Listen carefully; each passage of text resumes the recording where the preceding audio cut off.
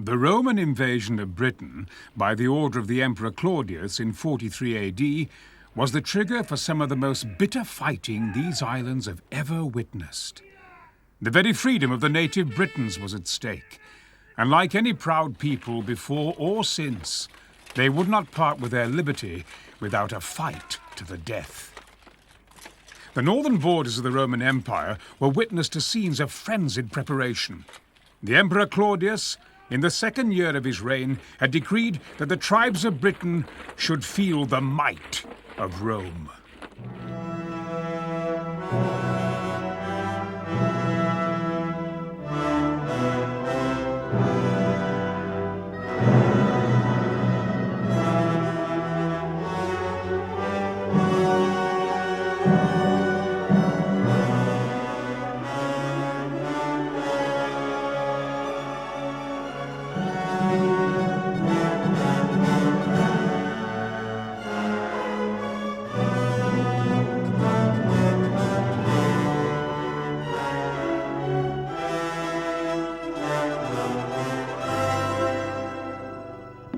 To the Romans of 2,000 years ago, the island of Britain was a land of mystery and legend, from whence only scattered and fleeting reports reached Italy.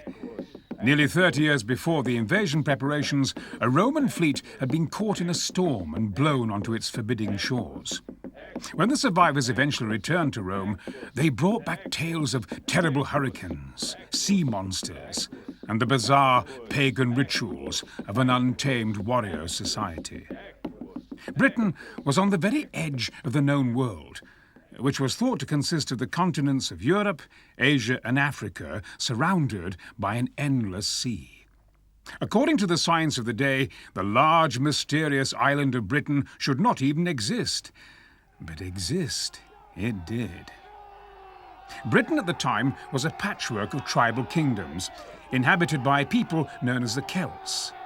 The Celts began migrating from their homelands on the Upper Rhine and Upper Danube around 500 BC. Led by their warlike aristocracies, they settled in France, Spain, northern Italy, and the British Isles. Archaeological evidence suggests that the Celtic settlement of Britain occurred in three main phases. Around 500 BC, people of what has become known as the Hallstatt culture settled here, primarily in the south and east and on the Yorkshire coast. These people had discovered iron, and this was the material they used to make their weapons. The next incursion occurred around 250 BC, and these people again settled in the south and east of Britain. They introduced the light two-horse war chariot into British warfare and the Latiner art style in British culture. The final Celtic influx began around 100 BC, when Belgic peoples began to settle in southern Britain. Bitter foes are both the Germans and the Roman invaders of Gaul. Julius Caesar's Gallic conquest and the transformation of Gaul into a Roman province added impetus to their movement across the Channel from 58 BC onwards. The Britons, as these peoples were collectively called, had no written language, so that all we know of them comes from archaeological evidence and the few surviving accounts of their Roman enemies. Society was hierarchical, with an aristocracy of warriors, priests, and bards at the apex. And below these came the land and property-owning free men, and below these the bondmen, whose labour was put to use by those above them. At the bottom of the heap were the slaves, which could have entered slavery by birth or by capture in war. Although agrarian in nature, the British economy was well above subsistence levels and could support a thriving class of craftsmen. A chainmail armour, with its intricate and painstaking manufacturing process, is thought to have been a Celtic invention, and the Belgic tribes were already producing coinage. A system of tribute was levied at all levels, the lower orders paying to the aristocracy, the aristocrats paying tribute to their tribal king, and in some cases, tribal kings paying tribute to over-kings. The Celtic tribes were by no means united, and there was much competition between them. Warfare between the tribes was endemic and ranged from minor cattle raids to kingly campaigns aimed at dominating weaker neighbours. The culture of the Roman invaders was very different from that of the Britons. The mighty Empire of Rome had begun as a minor city-state in mid-western Italy, thought to have been founded in 753 BC. By 272 BC, Rome had gained control of the whole of the Italian peninsula. Thereafter, a succession of wars left the Roman Republic with a growing list of overseas provinces. 3 wars with the Punic Empire of Carthage added the provinces of Sicily, Sardinia, Corsica, further Spain, hither Spain, and Africa. Similarly, a series of wars with Macedon and Mithridates added Greece, Syria, and Bithynia Pontus. Smaller-scale wars added Casalpine and Transalpine Gaul, Illyricum, Cilicia and Cyprus, Crete and Cyrene. The province of Asia was founded when the last king of Pergamon left his kingdom to Rome upon his death. The Roman army, of course, the first word always associated with it is discipline. They were highly trained to fight in these famous legions, in the various formations required. There were 3 different types of infantry. There were ala of cavalry. They even had their own artillery train, as understood at that period, and the whole thing was a very disciplined war machine. Now that was very necessary for one good reason. By the laws of Rome, commanders of armies were often politicians who became commanders just because they were, say, consul, whatever it happened to be. So the legions had to be able to carry this, shall we say, rather second-rate actual commander. On other occasions, of course, when they have somebody like Julius Caesar, one of the great captains of history, they are led with the most tremendous elan and verve and effectiveness. But with this great background, therefore, of discipline, particularly discipline at the century level, where a centurion commanded 80 men rather than 100, defence cuts happened then as they do today, you have this army coming up against a barbarian army, one of the individual warrior culture. And all things being equal, as in war they very rarely are, the Romans would have a tremendous advantage over semi-trained, however valiant, horde tactical using barbarian forces. And so it would prove on both these 2 raids to England. Now this was not a condition only appertaining to ancient warfare in the far, far away histories. If we just come up as recently as 1982 in the Falklands campaign, it was widely observed that the difference between all regular troops in our Marines and paratroopers and eventually battalions of infantry and Gurkhas who are put into that island against an enemy who was 3/4 conscript soldiers, there is no comparison in their fighting skills. This large overseas empire put increasing strain on the Roman government. Power in the Roman Republic centered upon the Senate, which was largely controlled by an oligarchy of the leading Roman families. The Senate had begun as a city council and found it increasingly difficult to control its new provincial governors, and more importantly, its far-flung generals. Consequently, the last 50 years of the Roman Republic witnessed a series of bitter civil wars. Against this background, real power in the late Roman Republic began to rest more and more with the legions. A man with loyal soldiers at his back was automatically a force in Roman politics. Consequently, generals attempted to prolong their commands as much as possible. A towering figure in Rome during this period was Gaius Julius Caesar. Before he was murdered in 44 BC, Caesar managed to become Rome's sole ruler, though it was his heir Augustus who first adopted the title of emperor. In 59 BC, Caesar was given command of Casalpine Gaul, Illyricum, and Transalpine Gaul for a period of 5 years, and promptly set about the conquest of those Gallic tribes not already subject to Rome. In addition to being a great general and statesman, Caesar was also a prolific writer, and his account of the conquest of Gaul has come down to us through the ages. Quod omnibus fere Gallicis bellis, hostibus nostris inde subministrata auxilia interlegebat. Et, si tempus anni ad bellum gerendum deficeret, tamen magno sibi usue fore educebatur, si modo insulam addisset, et genus hominum perspexisset, loca portus additus cognoisset. quae omnia ferre gallis erant incognita. Neque enim temere, praeter marcatores, illo addit quisquam. Neque eis ipsis quidquam praeter oram maritimam, atque eas regiones quae sunt contra Gallias, notum est. I think we must appreciate that Caesar did not really intend to invade Britain on either of these two landings, either in 55 or 54 BC. It wasn't meant to be a D-Day type of operation to put a large army into Britain for keeps.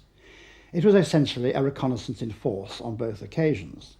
On the first occasion, it was almost an away day kind of trip. It was only ashore, we think, for about 36 hours before they went back. He was trying to find out who were these pestilential Britons who had been giving succour, support, and indeed some men to the Gauls, which he was hard at work conquering, of course, in what we now call France. The second time he came was rather longer.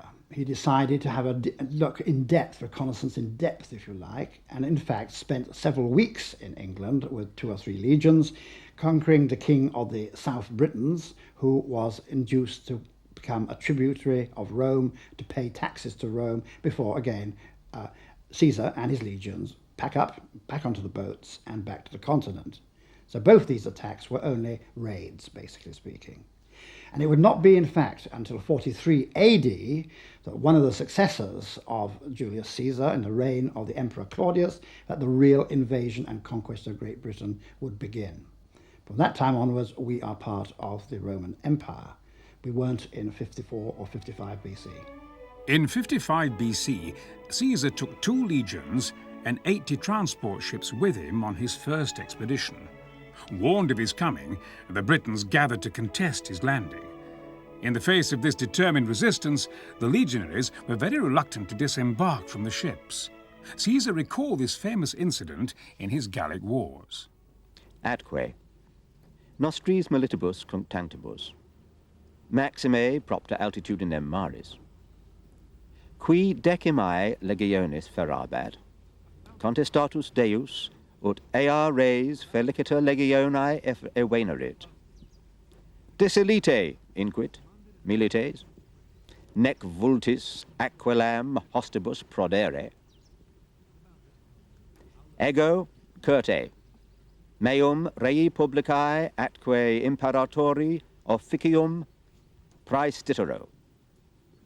Hoc cum voce magna dixiset, se ex navi projecit, et in hostes aquilam ferre coepit. Nostri cohortati inter se, nec tantum dedicus admitteretur, universi navibus desilu erunt.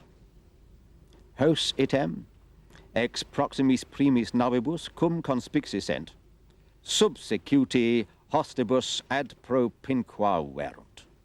On the occasion of his first expedition, Caesar just managed to avert a disaster. An amphibious landing in the face of a prepared enemy of superior numbers is always a dangerous undertaking. He took some British hostages, but didn't stay in Britain for long, and achieved little beyond the limited aims of a reconnaissance in strength. Caesar returned to Britain the following year with 5 legions, auxiliaries, and some cavalry. But despite being better prepared, he again achieved little other than the taking of further hostages and the promise of future tribute. He defeated the local tribes in a fierce battle near the coast and appears to have left for France the same day. It was left to a later successor, Claudius, Rome's 4th emperor, to achieve a lasting conquest with his invasion of 43 AD. The Roman army, of course, was basically, as you might suppose, a land-based animal. Although they were very experienced at fighting galley-type battles in the tideless Mediterranean, the Romans, of course, had defeated Carthage a long time before Caesar on these terms. When they came out through the Pillars of Hercules, or the Straits of Gibraltar, as we call them today, and into tidal conditions, they were very much at sea, to coin a phrase. And the Romans were not natural sailors in the sense the Portuguese of later centuries would be, or the Spanish, or indeed the British in further centuries ahead. As a result, this invasion was probably made, the first raid by Caesar, under conditions of very seasick troops, and also a great deal of doubt amongst his admirals about how they could calculate what the tides were doing in terms of when it was safe to go ashore and so forth. So this was a tricky operation for the Romans, who had, as far as we know, never gone out onto the open sea from the Mediterranean before this occasion. And seeing the cliff tops crowded with Britons in their blue woad paint, all jumping up and down doing the walla walla walla bit, you might expect there was a hesitation to actually start the ball rolling. Now, Napoleon said, in war, it is not men that matter, it is the man. It was not the Roman army that crossed the Rubicon, it was Caesar. In war, the individual example is what really matters. And in this case, it was not, in fact, Julius Caesar who took the initiative in person. It was this famous Aquilifer, or standard bearer of the 10th Legion, who, after, we've heard, making a fair speech to his colleagues, jumped off the prow of his landing ship and probably disappeared into 10 feet of water. But he'd broken the spell, and the troops were soon jumping in and wading ashore, and the action was on. The army which Claudius had at his disposal in 43 AD was the most efficient and professional fighting machine the world had ever seen. The backbone of the army were the legions made up of Roman citizens. They were regular soldiers who had signed on for a term of 25 years.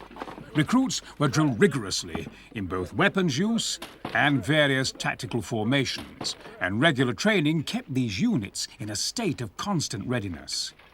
By AD 43, Roman legionaries were invariably armoured, having a helmet and a set of body armour known as a lorica. The early lorica was made of chainmail and known as lorica hamata. In the 1st century AD, this began to be replaced by the lorica segmentata, a corselet made up of metal plates. A large shield or scutum was also carried.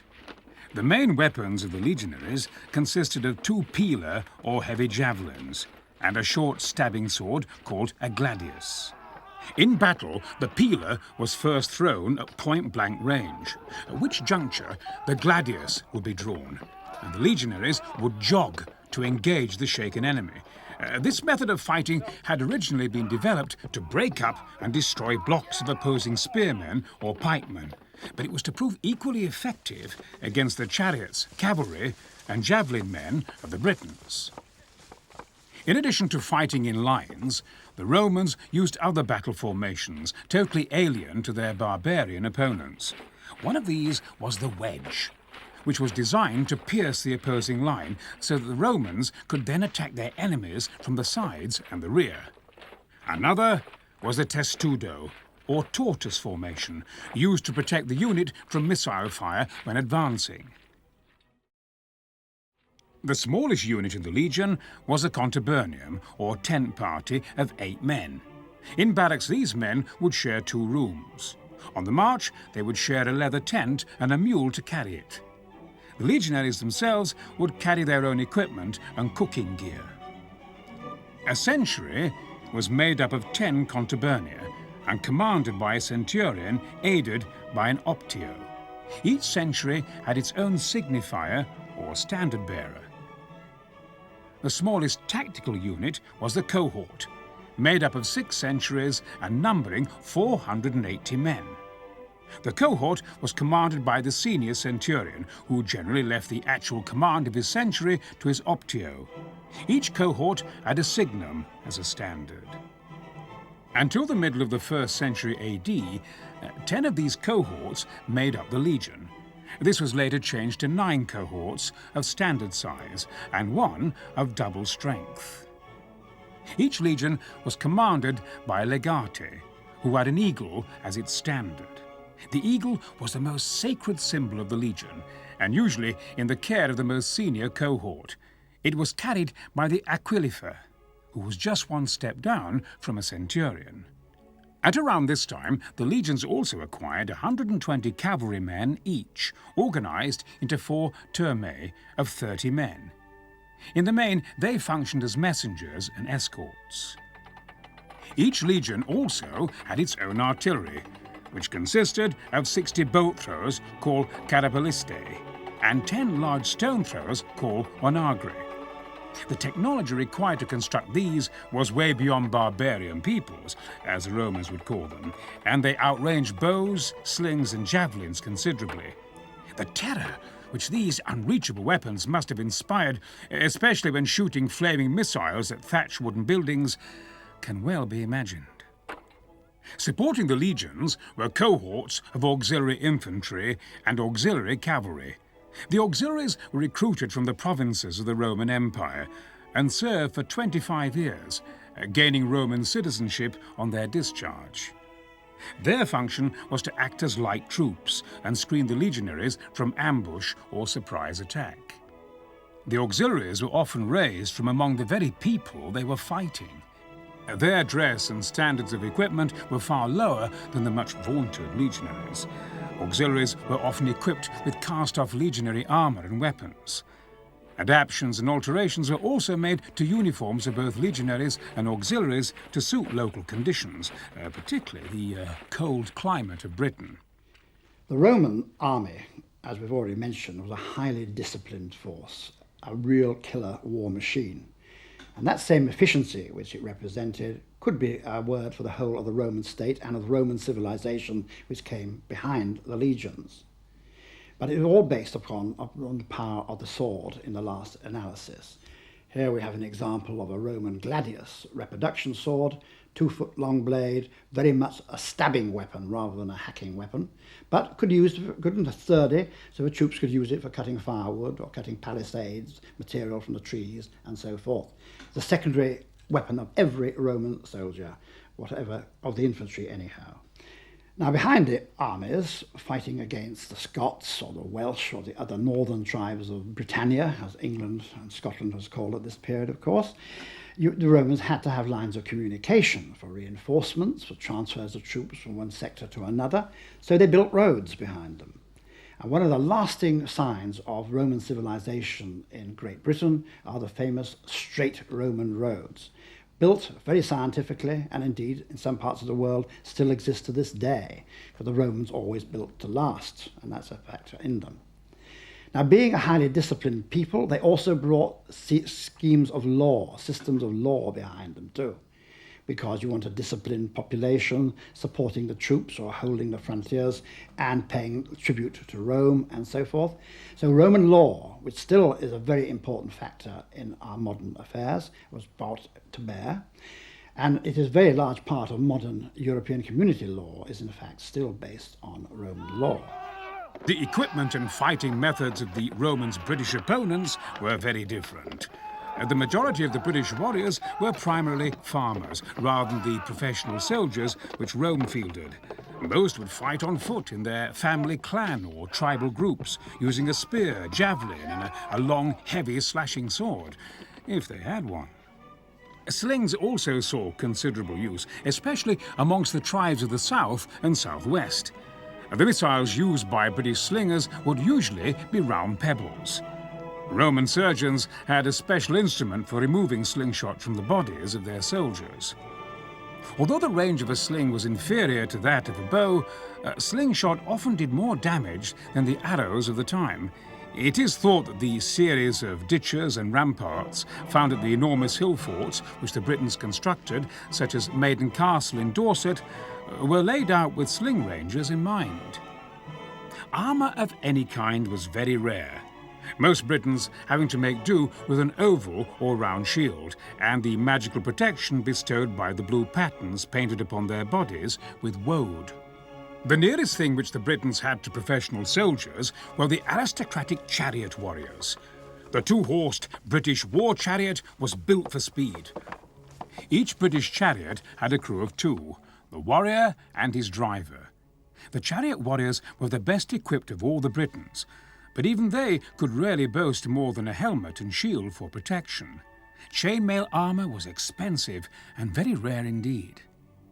The armies of the Britons could field considerable numbers of chariots. During Caesar's second expedition to Britain, his opponent, Cassivellaunus, used a force of 4,000 charioteers to harry the Roman advance. A step down from the chariot warriors were cavalry, armed similarly to the foot warriors, but having the extra mobility provided by the horse. They work best in conjunction with the chariots.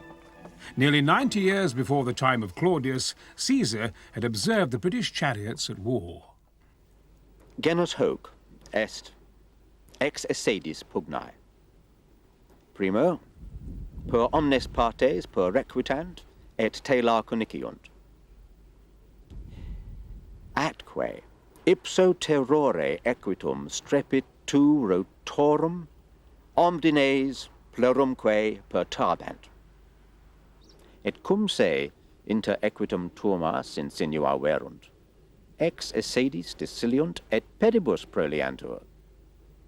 Aurigae interim, Paulatim ex prolio excedunt, atque ita curus collocant, ut si illi a multitudine hostium premantur, expeditum ad suos receptum habeant.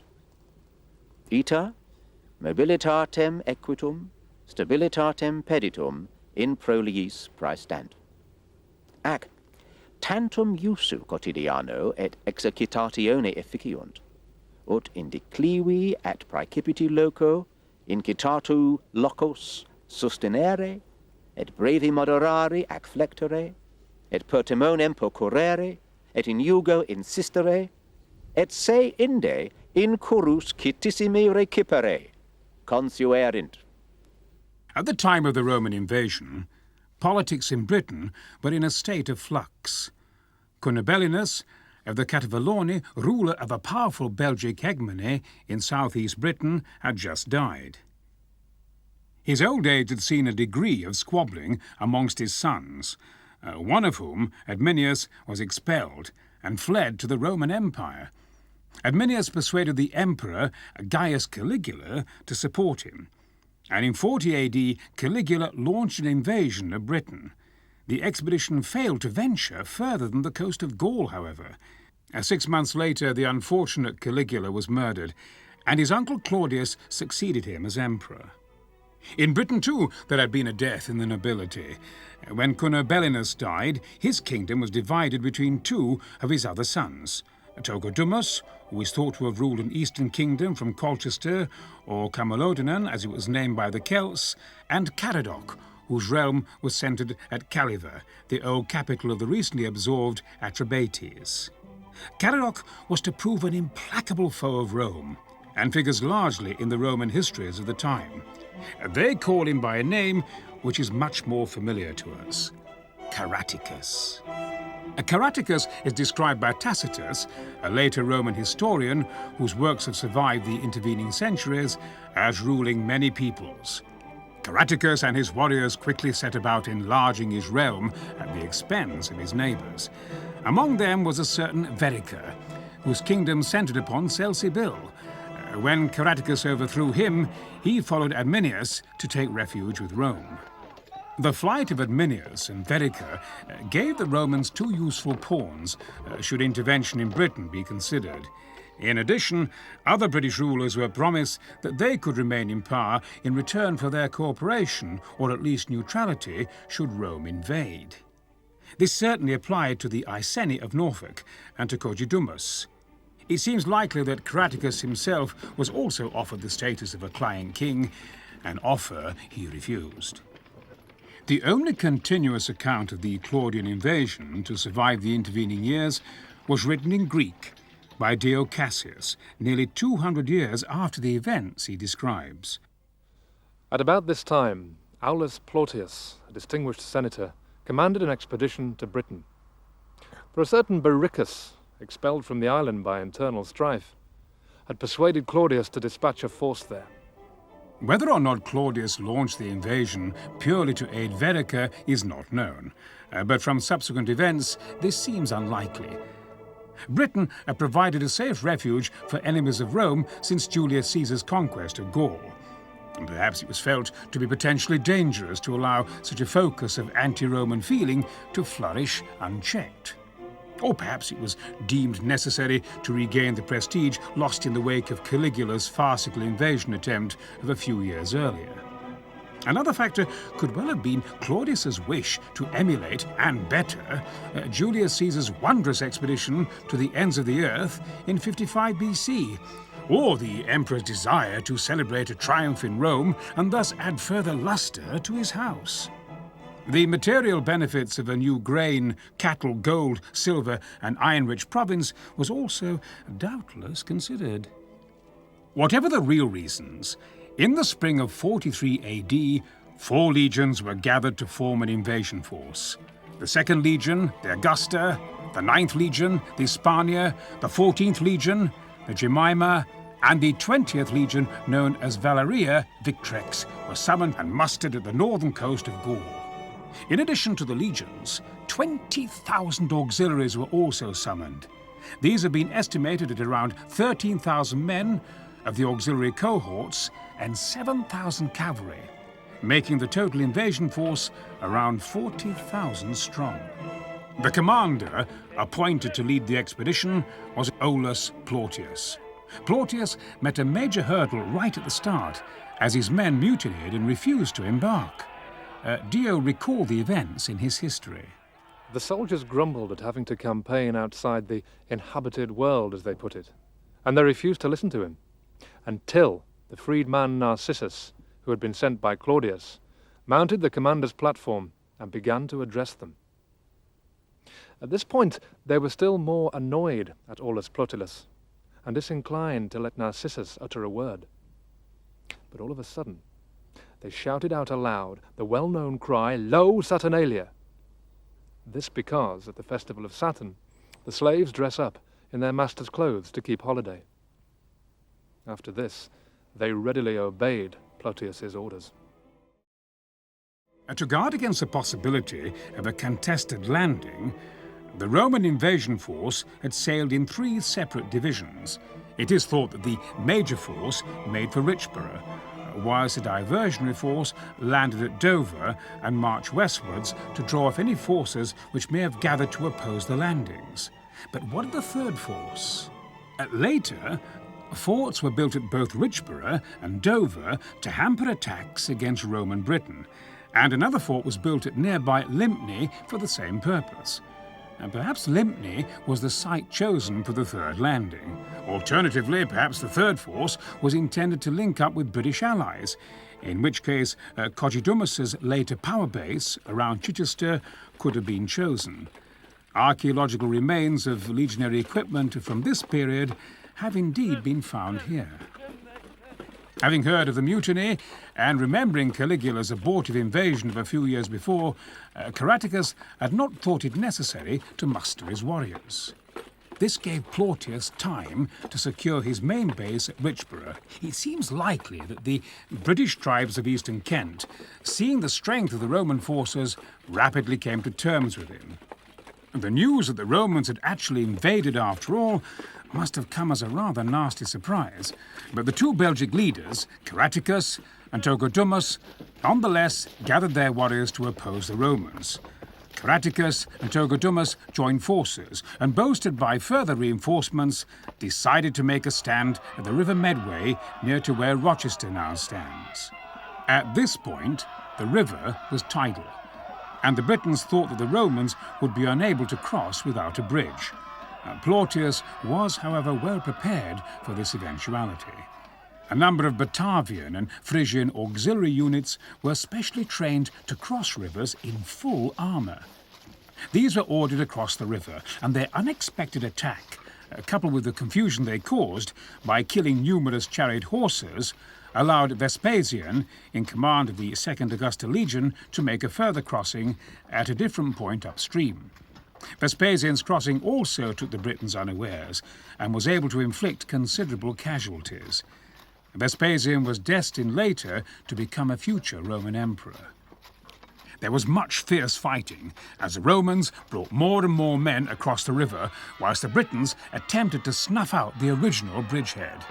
Finally, after almost being captured at one point, Gnaeus Osidius Geta, who was now in command of the bridgehead, was victorious, and the surviving Britons retreated to the next defensible river line, the Thames.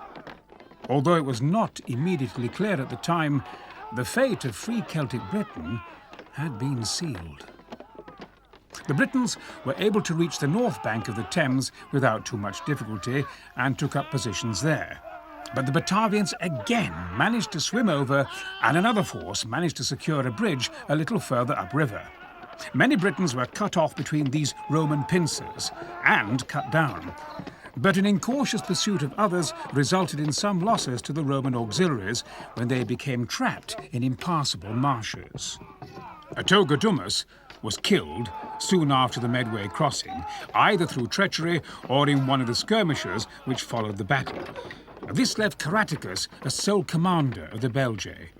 Realizing that it would be impossible to prevent the Romans from reaching Camalodunum, he retreated westwards towards the land of the Silures. From his western base, Caratacus was to remain a thorn in the side of the Roman invaders for a further 9 long years. The Romans did not advance to take Cunobellinus, capital at Colchester, immediately, however.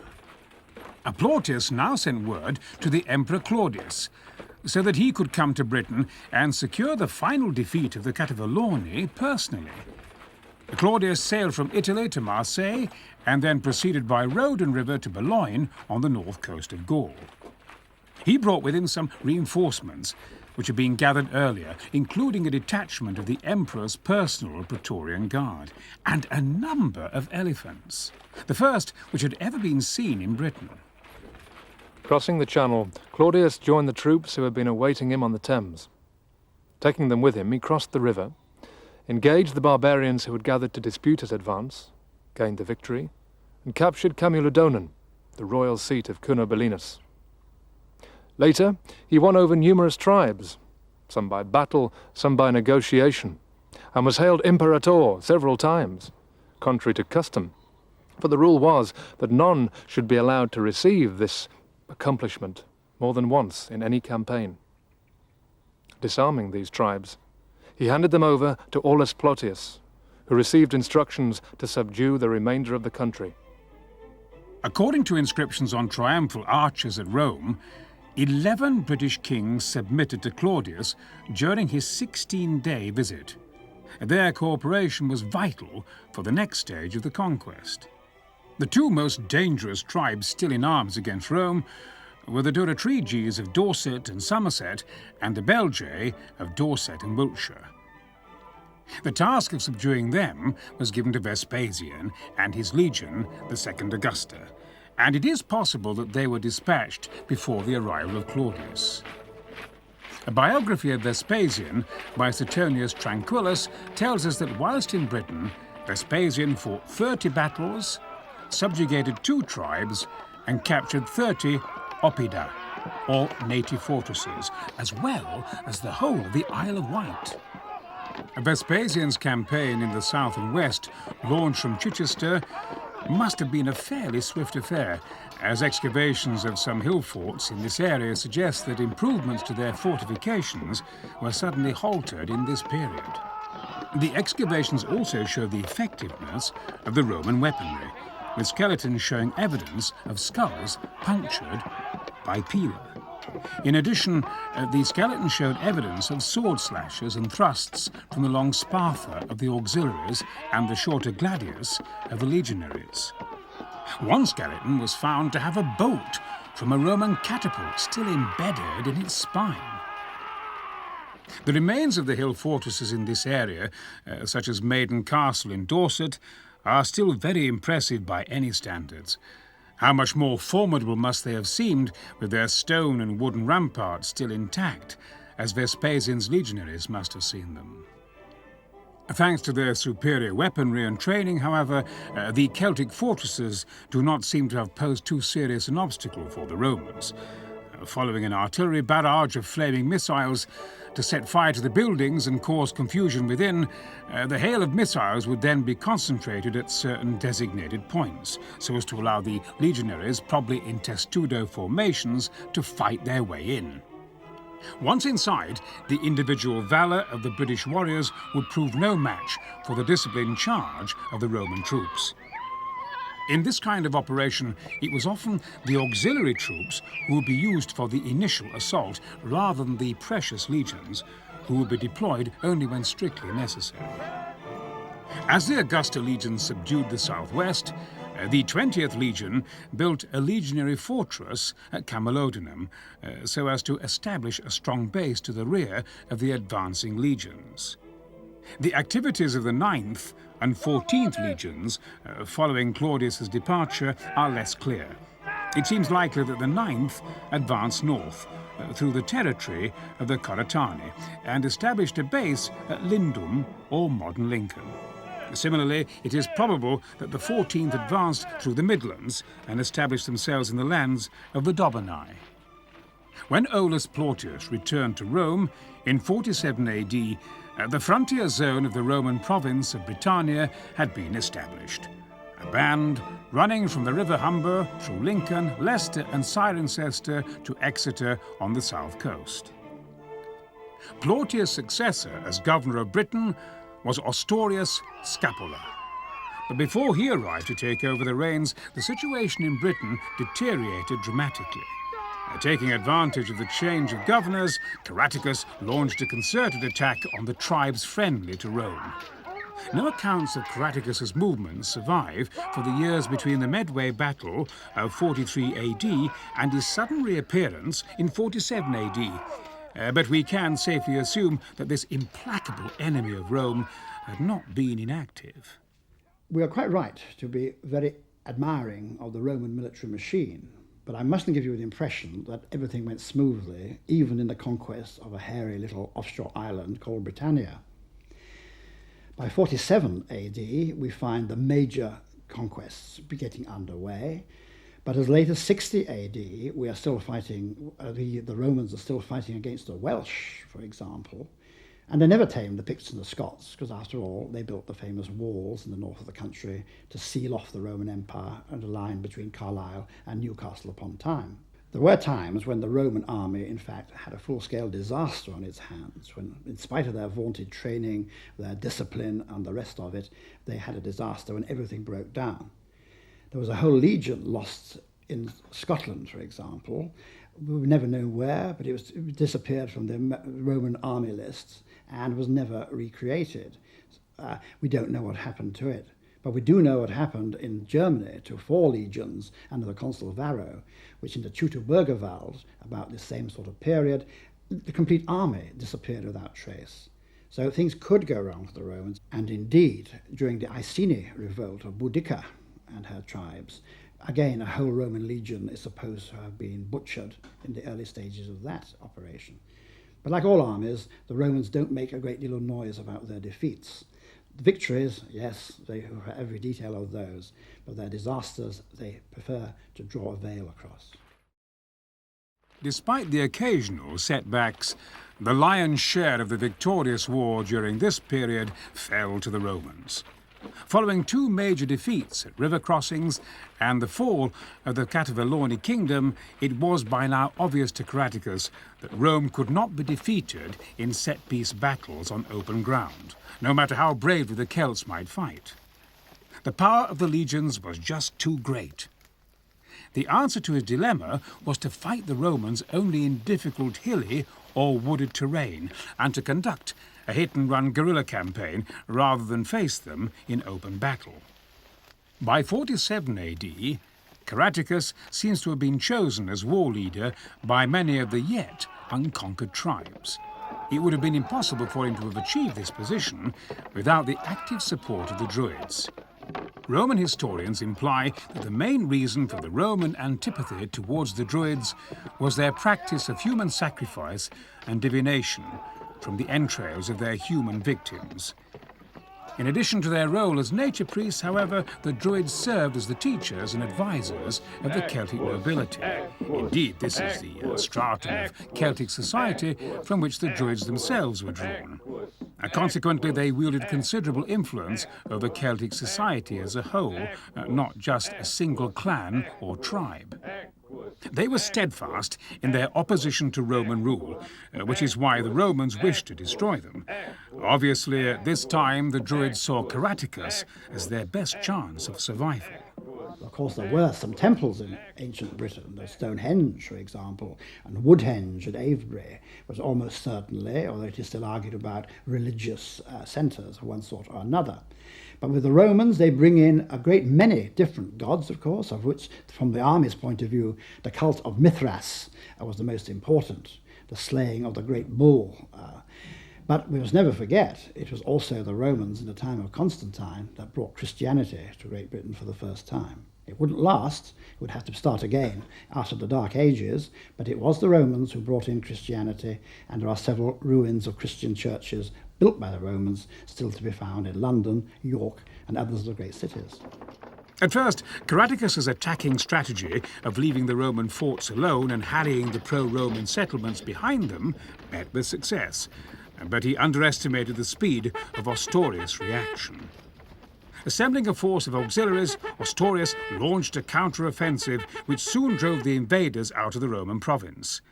By this stage of the campaign, many of the auxiliaries would actually be raised from among the defeated British tribes, and increasingly they took on the habits and dress styles of the Britons. By the end of the year 47 AD, the immediate threat to Roman Britain had been dispelled. To make his position more secure, Ostorius now disarmed all those tribes within the province, so as to prevent sympathisers of Caratacus in Roman territory from giving him armed help in the future. This edict was also applied to the client kingdom of the Iceni, some of whom refused to give up their weapons and promptly revolted. The rebels gathered behind a hastily fortified earthwork, which was unapproachable by cavalry. Ostorius first surrounded this, then stormed it with auxiliary infantry and dismounted cavalry. The following year, Ostorius mounted a punitive expedition against the tribes of modern Flintshire. The Welsh tribes attempted to ambush the Roman force, but this went badly wrong. Thereafter, the Romans ravaged their territory far and wide, taking considerable booty. They had almost reached the Irish Sea when news of a conflict amongst the Brigantes reached them. The Brigantes were the largest confederation of tribes in the British Isles, controlling most of what is now northern England. There were two main factions within the Brigantes. The Queen, Cartamandua, was formally recognised as a client of the Roman Empire and led the pro-Roman faction. She had her power base in the southern region of the Brigante territories. Her husband, Venutius, in the north, however, was sympathetic to the aims of Caratacus, as were his followers. Being hard-pressed in Wales, Caratacus seems to have instigated a Brigantian revolt in the north with a view to shifting Cartamandua from power. This was a situation which Ostorius could not tolerate, and he marched into Brigantian territory with a mixed force of legionaries and auxiliaries to put down the revolt. Those who had taken up arms against the Queen were executed, and the rest pardoned. In 50 AD, Ostorius decided that some major changes had to be made to the arrangements of his predecessor. The border established by Plautius just wasn't practical, so Ostorius decided to push it further towards Wales. To do this, Ostorius established a colonia, a town founded to house retired legionaries at Colchester, with 2,000 to 3,000 retired veterans based there. Ostorius was now able to move the 20th Legion to a new base at Gloucester. During the summer, the 20th Legion left its new base to march into South Wales, and the 14th made a similar probe further north. The year's campaign was inconclusive. Caratacus did not oblige Ostorius by meeting the Romans in battle, being content to play cat and mouse while harrying their communications. The following year, however, he would not even have this option. The deliberate burning and looting which the Roman forces had carried out led to much grumbling against Caratacus as a leader. He now needed to inflict a telling defeat on the Romans if he was to maintain his position as Celtic war leader. Consequently, in AD 51, he changed his strategy and moved the theatre of war to the lands of the Ordovices in mid-Wales. Caratacus decided to risk a battle. A Roman historian named Tacitus, who wrote around 90 AD, within living memory of these events, described Caratacus' position as follows.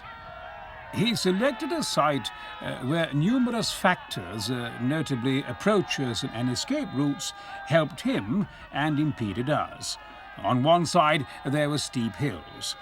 Wherever the gradient was gentler, stones were piled into a kind of rampart. And at his front, there was a river without easy crossings. The defences were strongly manned. Despite the apparent strength of Caratacus's chosen position, the Roman soldiers shouted eagerly for battle.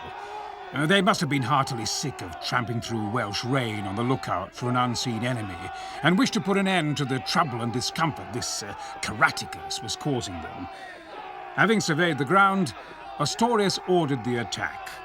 The Romans crossed the river without difficulty and climbed up to the stone rampart. Here, they were at the mercy of the British slingers until they adopted a testudo formation and pulled down the rough stonework. Once through this barrier, the Romans' superior equipment and training enabled them to make short work of the defenders. Amongst those taken prisoner were Caratacus's wife, daughter, and brother. Caratacus himself managed to escape and sought refuge with the Brigantes, and no doubt he hoped to enlist their support to continue his campaign against the Romans. But this was not to be. Queen Catamandua betrayed the noble warrior and arrested Caratacus on his arrival. He was then handed over to the Romans. Tacitus tells us that Caratacus's followers, brothers, wife and daughter were brought before the emperor in turn. Caratacus won the admiration of Rome by his noble bearing and his courageous appearance. But there also appears to have been an element of logic in Caratacus's character. According to Tacitus, he was much taken with the splendors of Rome and asked, "When you have all this, why do you envy us our poor hovels?" The others, frightened, degraded themselves by entreaties, but there were no downcast looks or appeals for mercy from Caratacus. On reaching the dais, he spoke in these terms: "Had my lineage and rank been accompanied by only moderate success, I should have come to this city as a friend rather than prisoner, and you would not have disdained to ally yourself with one so nobly born, the ruler of so many nations. As it is, humiliation is my lot, glory yours. I had horses, men, arms, wealth. Are you surprised? I am sorry to lose them. If you want to rule the world, does it follow that everyone else welcomes enslavement? If I had surrendered without a blow before being brought before you, neither my downfall nor your triumph would have become famous. If you execute me, they will be forgotten. Spare me, and I shall be an everlasting token of your mercy."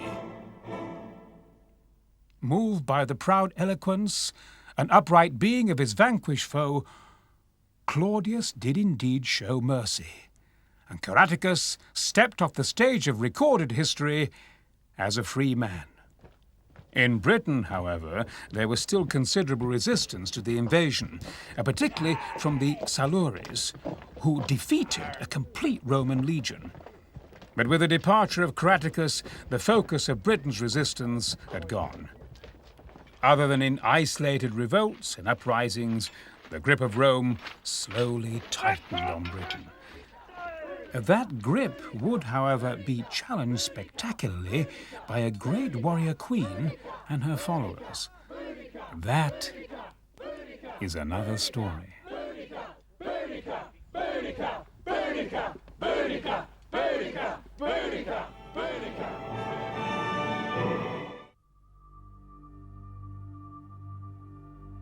This is the story of a fight to the death.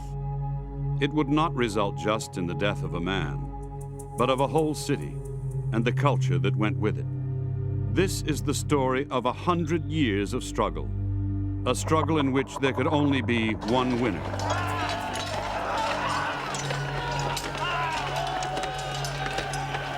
The victor would emerge from the arena with a triumph which was complete and absolutely final. The loser would disappear for all time.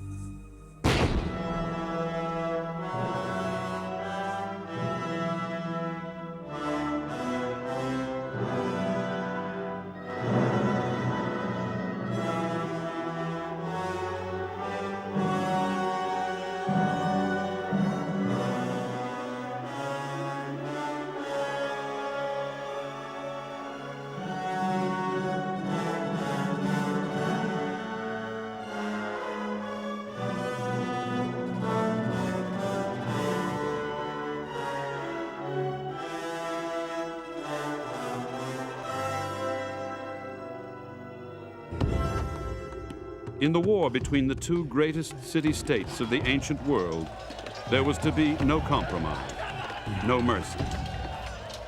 It was to be a struggle for the domination of the Western Mediterranean that could only end with the complete extinction of one through the victory of the other. In this fight to the death, many great men were to fall victim to the carnage of war. Among them, the brilliant mathematician Archimedes, the Carthaginian general Hanno, and most famous of all, Hannibal the Great. In the grim annals of history, many cities have been taken by siege and storm, the population slaughtered, their houses sacked, and their gods despoiled. But they rise again. We rebuild, repopulate. Not so Carthage. Look at any modern atlas. You'll search in vain for that name. Carthage, of course, was a maritime city because they're essentially Phoenicians, and it lies on the North African coast. It's the furthest point sticking out into the Mediterranean, closest, in fact, to the great islands of Sicily and Malta. And it stands on the western side of a great bay, so it's a marvellous place for traders, for safety. Rome had taken several years to get complete control over Italy. But once that had been established, of course, it was going to start looking elsewhere. And the great problem ahead of them now was, of course, to be Carthage, the greatest naval power of the world at that time. And the question was which or the other was going to win in the end. A once proud city, destroyed so completely it was never rebuilt. That chilling fact speaks volumes for the savagery of this conflict and the bitterness of the foes. Carthage has been a problem for scholars in Western Europe in the last 100 or 150 years. Carthage was seen in the late 19th century as a mercantile city in contrast to the mainly agrarian states of the rest of the Mediterranean, and it was therefore drawn into controversies of 19th century political history between, say, the landed aristocracy and the new capitalist merchants. People saw Carthage as basically a capitalistic trading city, its economy not based on the exploitation of agriculture, but rather on control of the sources of gold and tin from the Western Mediterranean. For almost 100 years, the conflict flared, engulfing land and people as the armies surged back and forth on the insatiable quest for power and land. But when the end eventually came, it would be terrible in its finality. Rome's obsession with the struggle was reflected in the popular phrase uttered by Cato, delenda est Carthago. Carthage must be destroyed. For their part, the Carthaginians were equally dedicated to the fight. Their greatest general, Hannibal, summed up the importance of the conflict. We have accomplished nothing till we have stormed the gates of Rome, till our Carthaginian standard is set in the city's heart.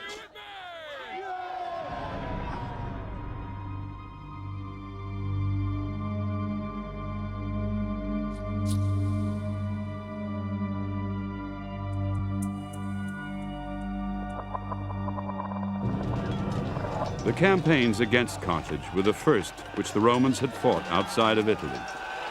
In 264 BC, Rome had not yet begun to scale the heights of world domination, but they would. and it is the victor who writes history. The war between Rome and Carthage has therefore come to be known by the name the Romans called it. They named the Carthaginians Poeni, or Phoenicians. The long series of wars that these people fought and ultimately lost are therefore known as the Punic Wars. It was a conflict in 3 distinct stages, which began in 264 BC and finished 82 years later with the grand finale, annihilation of Carthage. An event which was to be a turning point in Western history, the birth of the Roman Empire. This was the last of the great struggles between the city-states which characterized warfare in the ancient world. Through the defeat of Carthage, Rome established herself as the undisputed and unrivaled leader of the civilized world. As always, economic factors lay behind the causes of the war. Carthage was the dominant trading nation in Africa. Rome had just begun her rise to prominence in Europe. As long as Carthage remained the principal player in Africa, there was an uneasy but peaceful relationship between the two cities. Once Carthage began to cast her eyes enviously towards Europe, the course towards war had been set. As a base from which to expand her trading empire, Carthage had established an impregnable military base on the island of Sicily. The town of Messana had been controlled for 25 years by a group of Italian mercenaries called the Maritimes. They were being besieged by King Hero of Syracuse, the wealthiest and most spectacular of Greek cities on Sicilian soil. In order to defend themselves, the Maritimes call on the support of a passing Punic commander. Well, no Carthaginian would hesitate to take advantage of such an offer. So he moves in and establishes a foothold in Messana. King Hero does back off, but now the Maritimes have an even bigger problem because they can't get rid of the Punic garrison. Therefore, they call on Rome as their allies to come and give them protection. The Romans are not keen to get involved. They are worried about offending the Carthaginians, but nonetheless they do send a relief expedition. And thus, what amounted to a little local difficulty escalated into what we know as the Punic War. The Carthaginians realized that the Roman presence in Sicily would upset the delicate balance of power. They immediately began a large-scale buildup of troops, mercenaries from Liguria, Cisalpine Gaul, and Spain. Well, Sicily isn't just the biggest island of the Mediterranean, it's also slap bang in the middle of the Mediterranean. So throughout the last 2,500 years or so, it has always been a flashpoint because its north coast faces towards the western Mediterranean, its south coast faces towards Africa, and the east coast, and this is quite important, faces towards Greece. Sicily was therefore destined to become the site where fighting first broke out between the two nations.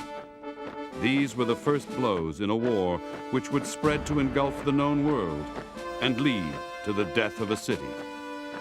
As the Carthaginian base at Agrigentum grew in scale, Roman reaction was typically swift and determined. The Roman legions descended on the Carthaginians and dealt them a savage blow. But the island was not to be so easily conquered. Due to her mastery of the sea, Carthage was able to reinforce her troops on Sicily by sea. It was obvious that whoever controlled the sea lanes controlled the course of the war. There were two reasons why Rome had therefore to create a large fleet. First of all, it had already been finding a certain amount of attacks coming against to Italy. So for a purely defensive concept, they needed a navy for local help. But really their main purpose, of course, was to create a large and powerful navy which could go across the whole of the sea and therefore take the war to Carthage. The Romans knew that to be successful against Carthage, they had to become masters of a new arena, the sea. To defeat Carthage, a powerful navy was a necessity. These ships were to become the best of the great Roman navy. the sleek craft went a long way to extending the Roman influence to all corners of the known world. Below decks, however, conditions were a living hell. Unlike the fleet of the Greeks, which were crewed by free men who drew wages, the Roman ships were powered by slaves. It is almost impossible to comprehend the sheer misery of what life must have been like for a galley slave. Chained in position in a dim, rancid, claustrophobic environment, these poor souls were ordered to row continuously at the whim of their cruel masters. However barbaric and inhuman this system was, as far as the Romans were concerned, the end justified the means, and the galleys were the means to achieve the greatest empire the world had ever seen.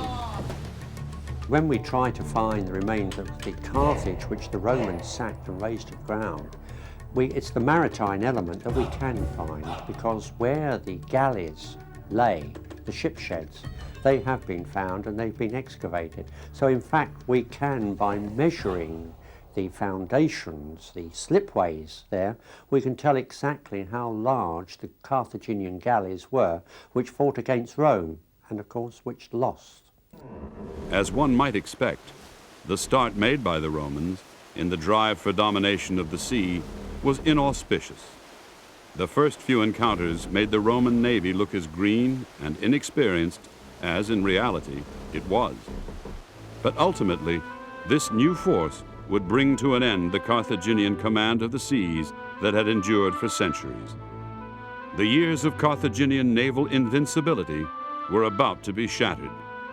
The first steps on the road to the destruction of a city had begun. After the initial setbacks, the Roman navy began to win the first few small engagements.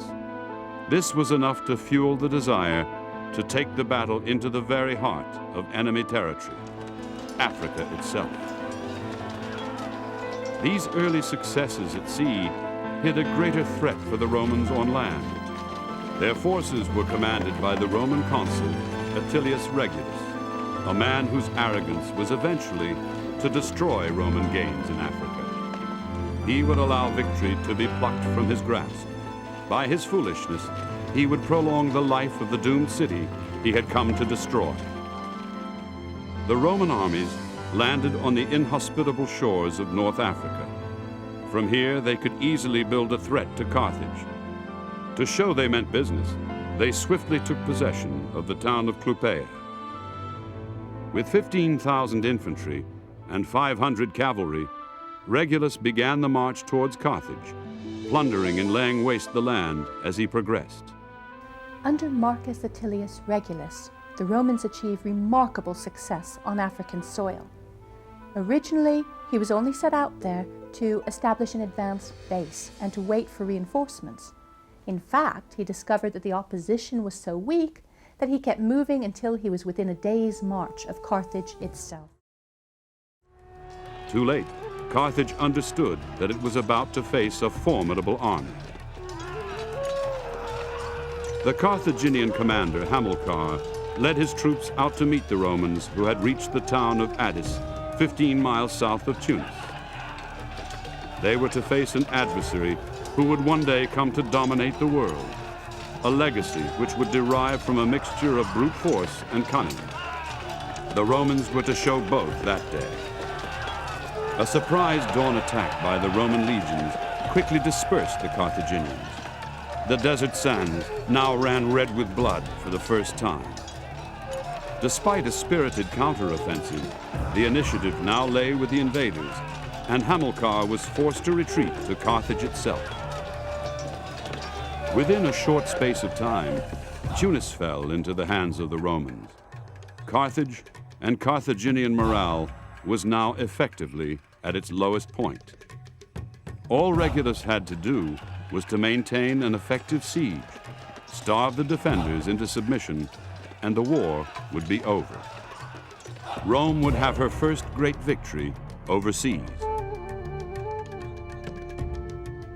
But at this period of deep despondency for Carthage, a Greek mercenary arrived in Africa. almost single-handedly, he would reverse the military situation. His name was Xanthippus. He's an experienced general who looks at the organization of Carthaginian troops and announces that the only problem the Carthaginians have is with their generals, who are too inexperienced. There's some huffing and puffing, the Carthaginians argue about it, and then they decide to put Xanthippus in charge of their own army. They're that desperate that they'll turn to a mercenary general. The Roman position in North Africa was in great shape, but despite the bright portents of an impending victory over the Carthaginians, the year 255 BC was to prove one of the blackest in Roman history. To save themselves from a long siege and eventual starvation, the Carthaginians needed to defeat the Romans in a set-piece battle on the dusty plains outside their city. The Romans had no need to accept battle and had merely to keep the Carthaginians bottled up in their city. But in his vanity, Regulus, the Roman commander, allowed the Carthaginians to come out and fight. He was confident his legions would destroy them utterly. With the help of Xanthippus, the Carthaginians would prove him wrong, tragically wrong. The reason? A new and terrifying weapon of war, the elephant. On the advice of Xanthippus, the Carthaginian levies were drawn up in the center and on the left wing, with heavily armed Greek mercenaries on the right wing. In front of each wing, a mixed force of horsemen and light-armed mercenaries were placed. And in front of the entire force was a line of war elephants. The Romans, unused to the sight of elephants in battle, were naturally nervous of these terrifying monsters. The nervous men deepened their lines, making them shorter. Taking advantage of the uncertainty in the Roman ranks, the Carthaginian light cavalry charged forward and routed their Roman counterparts. Unnerved by the sight of the elephants, the Roman cavalry may well have been glad to flee the field. The Carthaginians then wheeled in over the legions who were now being trampled by the elephants. Those who avoided the elephants came face to face with the unbroken lines of Carthaginian levies advancing towards them. On that hot day, they were butchered on the spot. Only 2,000 of the Romans managed to escape. A mere 500 were taken prisoner, including Regulus. The rest perished. The disaster on the plains of Carthage was not over for the Romans. 350 ships had been sent to transport the army home. They took on board the small number of survivors and, with room to spare, set sail from the African coast. Ill fortune dogged the steps of even the relief force. The fleet could not rest on the coast of Sicily, which was still occupied by the Carthaginians, and as they sailed southwards, they were caught in a tremendous storm. The fleet was decimated. Only 80 of the ships survived to see Rome again. The humiliation which Rome had received at the hands of Xanthippus fueled their desire for revenge. Robbed of her sea power, Rome struck back, near to home, on the old killing fields of Sicily.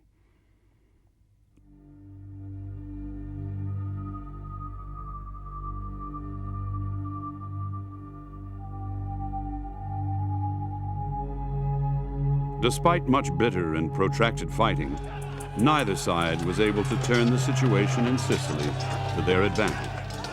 And for the next 8 years, until 242 BC, the two adversaries pinned one another down on the northeast of the island in a constant but unproductive series of skirmishes, raids, and sea battles. After 22 years of war, the Romans were still no closer to ultimate victory, and the continuous drain on money and men was causing great concern in Rome. It was obvious that sea power was still the key to the conflict. So, in a last effort to break the stalemate, the Romans invested in a fleet of 200 ships, and at the beginning of summer 241 BC, sailed for Sicily. So it was that the final engagement of the First Punic War took place at sea. It ended in a crushing defeat for the Carthaginians. They were forced into a humiliating peace agreement.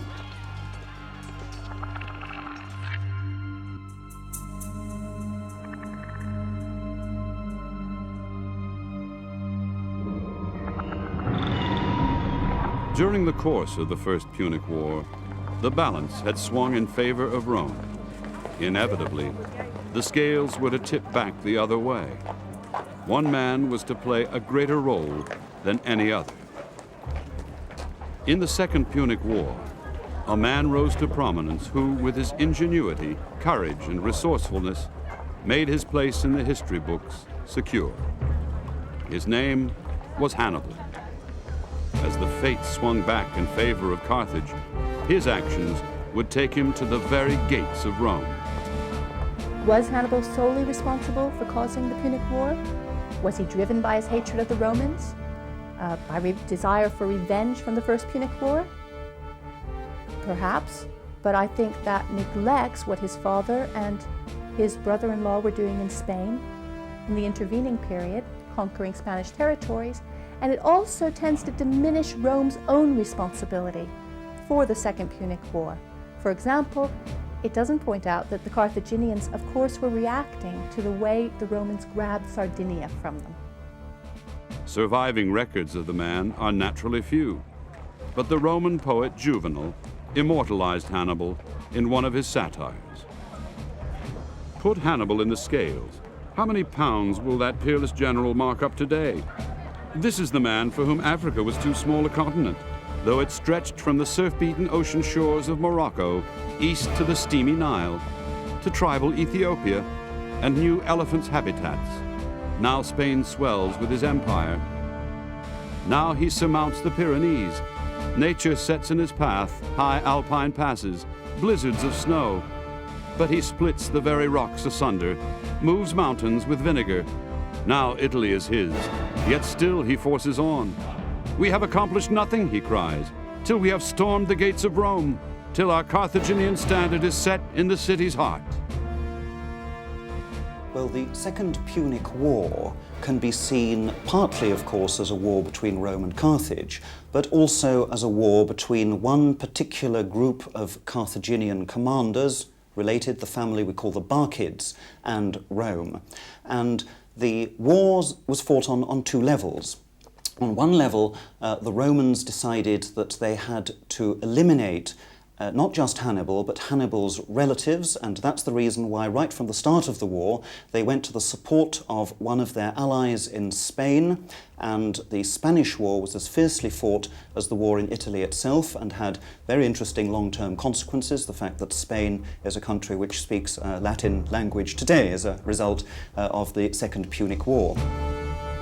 Hannibal became commander-in-chief of the Carthaginian army in 221 BC, and success was his from the outset.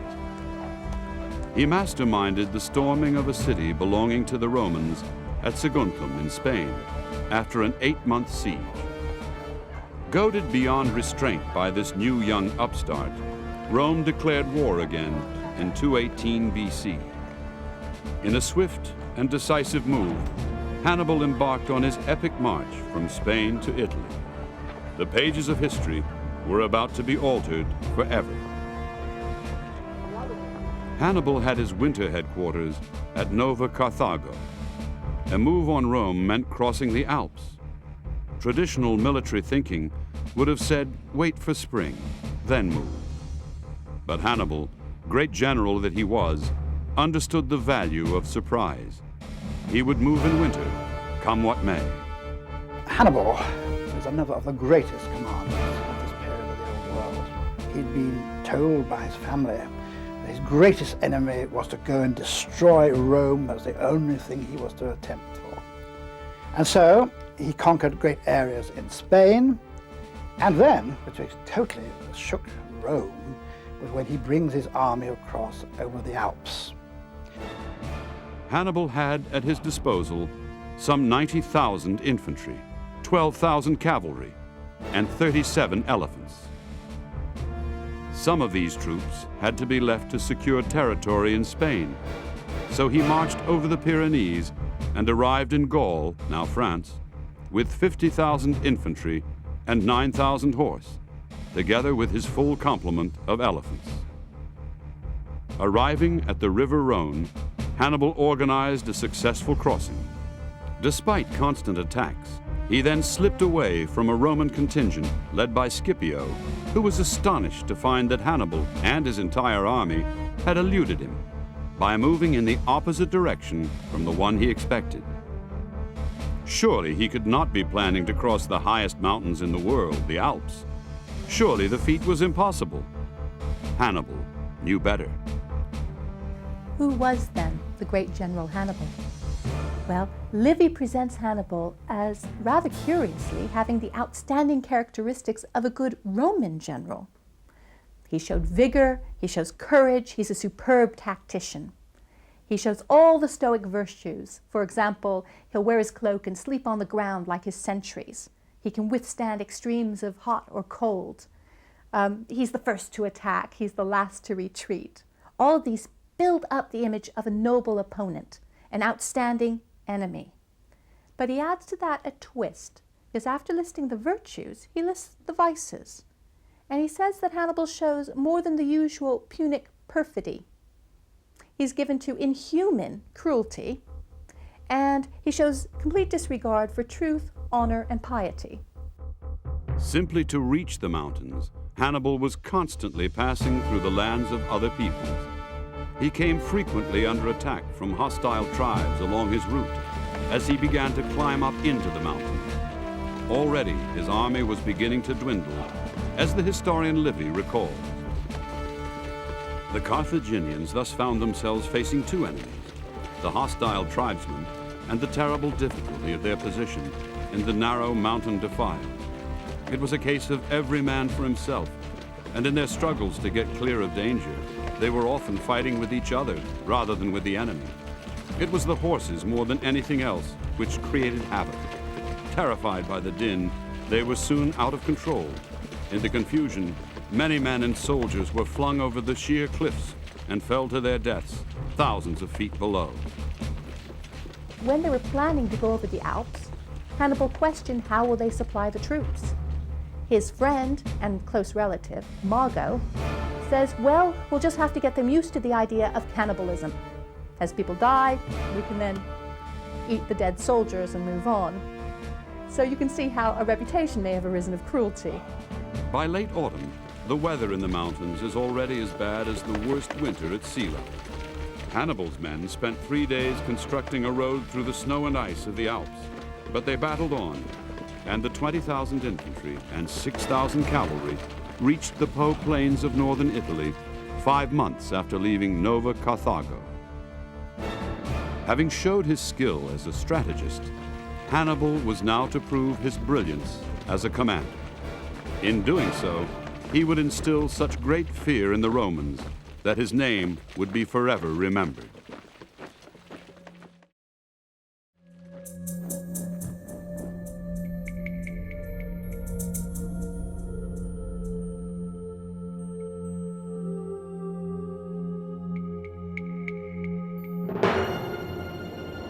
In the first of his major battles of the Italian campaign, he inevitably emerged as the victor. At the river Trebia, he skillfully used his knowledge of the topography to enable him to slaughter the Roman legions. But Hannibal himself would not emerge unscathed. He lost the sight in one eye, but it did not restrict his ability as a commander. The next year, 218 BC, he repeated his successful actions further south at Lake Trasimene. Once more, Livy recalled the events. For 3 long and bloody hours the fight continued, and most furiously about the person of the Roman commander Flaminius.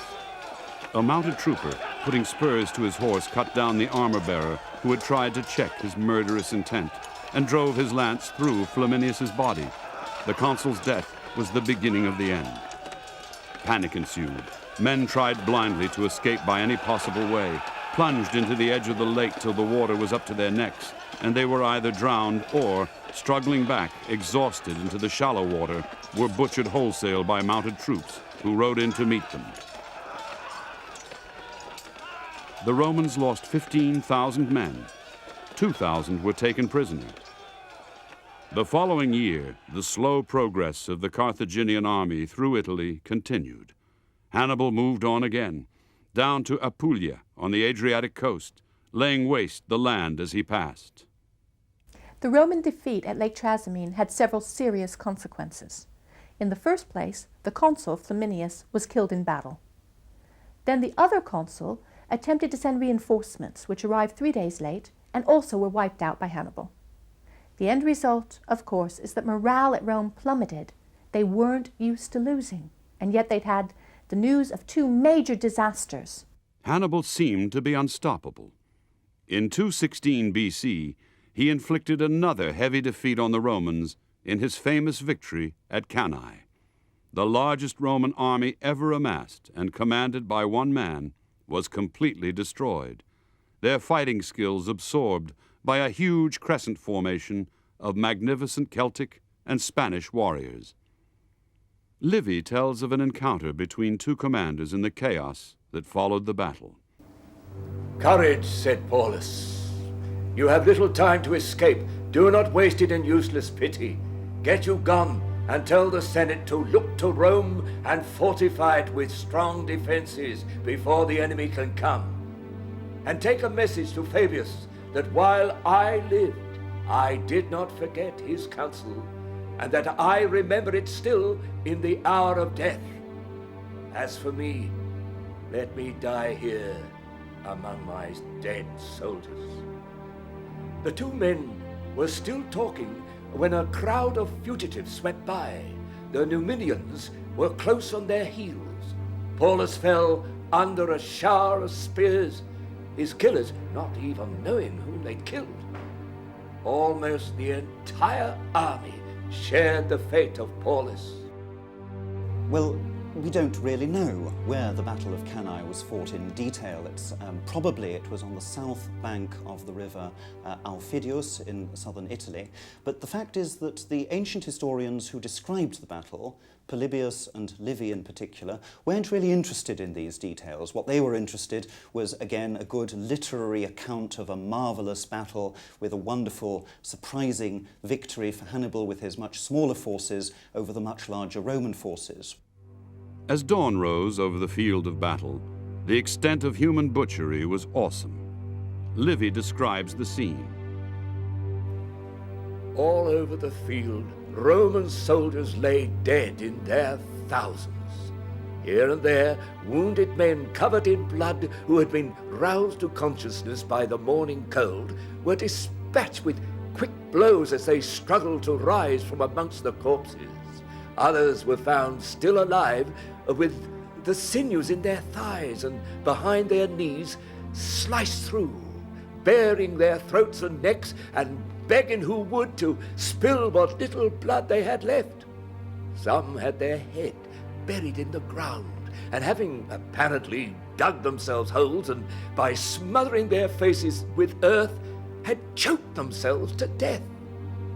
Most strange of all was a Numidian still alive and lying with nose and ears horribly lacerated underneath the body of a Roman who, when his useless hands had no longer been able to grasp his sword, had died in the act of tearing his enemy in bestial fury with his teeth. He had won an unbroken series of savage victories, but now Hannibal's touch began to desert him. Now he had his enemy at his mercy. Inexplicably, he did not capitalize on his successes at Cannae by marching on Rome. Instead, he allowed his men to spend time in the devastation of the rich Italian farmlands. As they did so, the lazy progress of Hannibal's army through Italy continued. He made a rapid march on Rome, which of course was meant to shock the Romans, which indeed it did. It caused great panic. But there was never any question of him being able to march on Rome and taking it by force anyway. Town after town fell to Hannibal and his Celtic warriors. but the Roman armies facing him on the field could not pin him down to another major battle. Crucially, he did not make the lightning strike on Rome, which would surely have won victory for Carthage. Instead, he besieged Tarentum. This was to prove the largest city to fall to Hannibal. Its capture further reduced the waning Roman influence in the heel of Italy. But it was not Rome. By 211 BC, the moment arrived that all Rome had been dreading. Hannibal was finally marching on Rome, and this was to be a turning point in the war.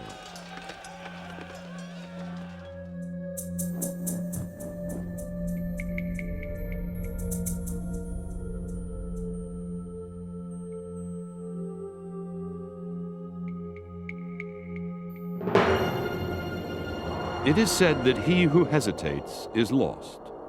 Hannibal was now to suffer the consequences of that sage advice.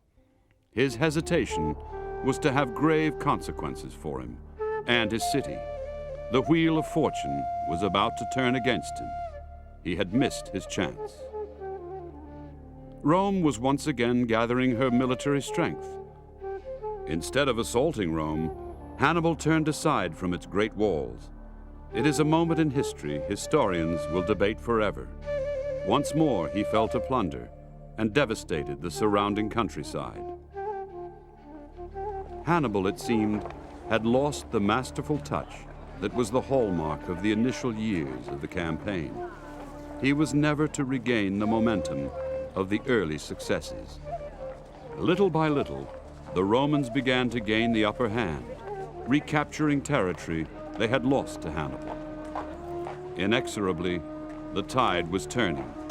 The Romans now had the initiative, and Hannibal's responses were like those of a tired boxer in the last round of a world title bout. Hannibal was pushed back and back until he was hemmed into the port of Bruttium. From there, he quietly slipped out and set sail for Africa. Hardly a fitting end for an expedition that had begun so triumphantly and made the world tremble. One of the amazing things about Rome as a military power is that Rome was able to draw onto such massive resources of manpower and indeed financial resources as well, that Rome was able to sustain these wars on several fronts, and in the end solutions were found, all of which favoured the Romans. Peace with Philip V, the destruction of Syracuse by Marcellus. Marcellus is a rather interesting man because about 10 years before this, in a battle against the Gauls, he had personally himself killed the Gallic chieftain in hand-to-hand fighting. So he knew what it was to actually destroy an opponent, and he used the excuse of a massacre of Romans by the Syracusan regime in order to sack Syracuse, destroy Syracuse. This is a well-known fact because one of the people who lost their lives in that sack was the mathematician Archimedes. Onto the stage now stepped the great new Roman general Scipio. He was determined to carry the war to the heartland of his enemy. Scipio set sail for Africa in 204 BC for what was to prove the decisive expedition in the Second Punic War. It was he who masterminded the encounter that was to bring ultimate victory to Rome, the great battle at Zama, fought in 202 BC. Hannibal and Scipio met before the fighting began to try and negotiate peace terms. No longer the triumphant general of old, it was Hannibal who spoke first. He spoke from experience, and he spoke from the heart. The greater a man's success, the less it must be trusted to endure. This is your hour of triumph, while for us all is dark. To you peace, if you grant it, will be a splendid thing and fair to look upon. Certain peace is better than the uncertain hope of victory. The one is in your hands, the other in the hands of God. Do not stake the success of so many years upon the decision of a single hour. The luck of a single hour can tumble to the ground the honors we have won. I was the aggressor in this war, and just as I did what I could till the gods envied my success, to ensure that none of my people should regret it, so shall I strive that none may regret the peace obtained through my endeavors. Even the sincere humility of Hannibal's speech failed to convince Scipio to accept the terms offered, and at dawn the next day, he led his men into a ferocious and, for Hannibal, calamitous battle. From Hannibal's point of view, the battle went wrong from the outset when his cavalry was routed. In the old days, they had been the bulwark of his success, but in war, it seems that when your luck runs out, it sometimes disappears altogether. So it was for Hannibal. Although both armies were fairly evenly matched, as the two vast masses of opposing infantry slowly rolled into one another, screaming their war cries and beating their shields, almost inevitably, it was the Romans who remorselessly drove back the Carthaginian front line. These men finally broke and attacked their own second line in a frenzied attempt to escape. They, in turn, were caught between the Romans and the third line of Carthaginians with their leveled spears. The Romans regrouped and advanced across the ground that was now slippery with blood and choked with bodies. Veterans of the Cannae slaughter came face to face with Hannibal's veterans, and the fighting was bitter and pitiless. It ended only when Scipio's cavalry returned to charge from the rear and cut the Carthaginian lines to pieces. The two generals met amidst the carnage of the field. For Hannibal, it was a tragic end to an illustrious career. Reluctantly, he advised his political masters to sue for peace. The Second Punic War was over. Rather like Germany after World War I, the Roman peace terms applied to Carthage were harsh and humiliating, like the Treaty of Versailles. Rather than lay their seeds of peace, they actually sowed the seeds of the next war. Carthage was stripped of her military machine and had to pay large war reparations to the Romans. Times were hard in Carthage. Livy tells us of an incident that occurred when its citizens were trying to raise money to pay their first indemnity to the Romans. While others bemoaned their lot, Hannibal ostensibly was laughing. When rebuked for this lack of solemnity, he replied, "If eyes could see the mind within, as they do the expression of the face, it would soon be apparent to you that this laughter springs from a heart that is almost beside itself with its misfortunes. And yet laughter is far less untimely than your irrational and misplaced tears. The time to weep was when our arms were taken from us, our ships were burnt, and we were forbidden foreign wars. That was when we received our death blow, when the spoils of war were being stripped from vanquished Carthage, and you saw her left naked and unarmed. No one raised a moan. All too soon, I fear you will realize that it is the least of your troubles which call forth these tears today." The sad, lonely figure of the once great Hannibal was later to die by his own hand, a forlorn refugee in a foreign court at the age of 64, a sad demise for a man who had served his country so well. Certainly after the Battle of Zama at the end of the Second Punic War, Carthage was in no sense a power to rival Rome. So the question really is, why did the Romans not leave Carthage in peace? And one of the important factors is that the Roman alliance functioned and functioned successfully because Rome was prepared to intervene everywhere and without asking too many questions on behalf of any state or city or king that had become an ally of the Roman people. The Romans knew that if they did not back their allies in any matter at all, then that effectively would signal to allies throughout the Mediterranean that Rome was not to be relied on. So throughout the first half of the 2nd century, the Romans were prepared to allow their client king, an ally of Rome, Massinissa, in Numidia, that's modern Algeria, to be extremely horrid to the Carthaginians. And that meant that there came a point where the Carthaginians just couldn't put up with this any longer. For a proud nation like Carthage, for whom war had been a way of life for so long. An unjust peace did not come easy. The humiliating terms of peace reached at the end of the Second Punic War cut to the very soul of her people. The re-emergence of the fighting spirit of Carthage was to signal the beginning of the Third Punic War. But it was the end for the once great city-state. The reality was that war was inevitable anyway. Rome now sought the death of Carthage, the only way she could see to end the rivalry forever. The Carthaginians finally gave Rome the excuse she needed when she went to war with one of her neighbors. Despite doing all in their power to try to comply with Rome's wishes, the Carthaginians could not meet the unreasonable demands of the Romans. A Carthaginian delegation to the Senate began to understand the danger from Rome the moment they heard the chilling address. Bear with fortitude the final commands of the Senate. Surrender Carthage to us and retire anywhere you like within your territory, provided that it is at least 10 miles from the sea. We have decided to raze your city to the ground. Faced with the prospect of complete annihilation, the proud Carthaginians would not yield without a struggle. They declared war on Rome and set about a hurried rearmoring. In an eerie parallel with the events in Germany before World War II, soon they were mass-producing shields, swords, missiles for catapults, spears and javelins, and as many catapults as they could.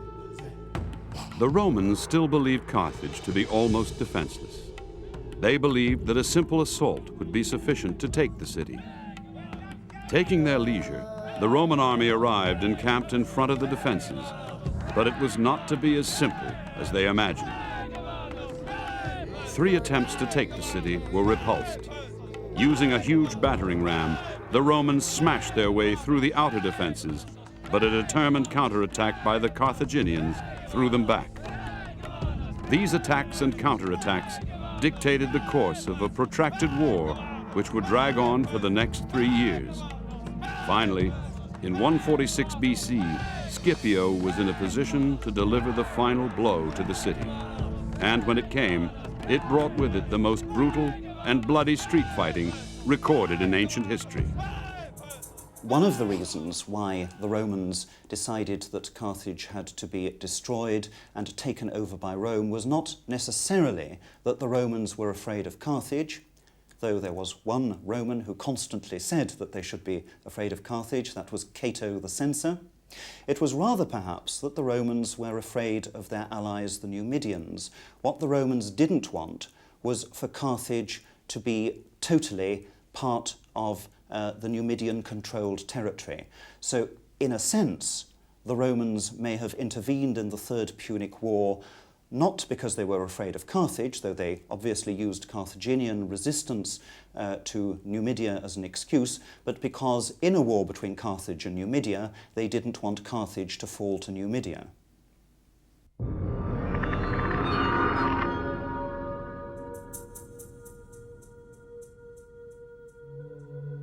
The final and grimmest task for the Romans was to attack the citadel. There were 3 steep streets leading up to it, each lined with houses, every one of which had to be stormed to eradicate the vicious resistance from within. Bodies fell from roofs and windows to be impaled on spikes or swords below. Roman assault troops flooded in, wave upon wave of them, replacing exhausted or wounded comrades. Scipio ordered that all houses should be burned, and this brought new horrors. The old, sick, and infirm perished in the flames, while the living and the dead were piled into holes to make the roads passable. After 7 gruesome days, the Carthaginian commander Hasdrubal surrendered. With the fiery spirit which had made the Carthaginians worthy adversaries, his wife, in disgust, cursed her husband as a coward and traitor. Rather than enter upon a life of slavery, she killed her 2 children and threw herself into the flames of her burning city.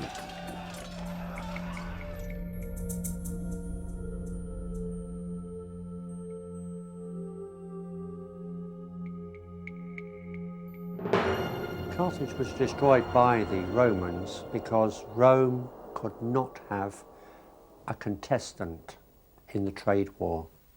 Rome, the little city founded originally on 7 hills on the Tiber, was flexing its muscles. The Phoenicians coming from the Levant, the area of Lebanon and Syria, have been the great traders of antiquity. One of their greatest trading city was Carthage, and the Carthaginians wanted to expand. They had moved into Sicily, and so you have these two great opposing nations. One already big, trading, rich, maritime. The other one, Rome, flexing her muscles, if you like, moving down through Italy, looking towards Sicily, and the Carthaginians were there.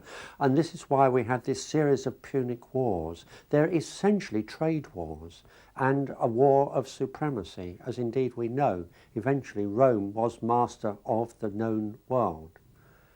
For 10 days, the fires raged. When the inferno subsided, Carthage had been wiped from the political map of the world. When we go back to Carthage nowadays, what we see are the remains of imperial Rome.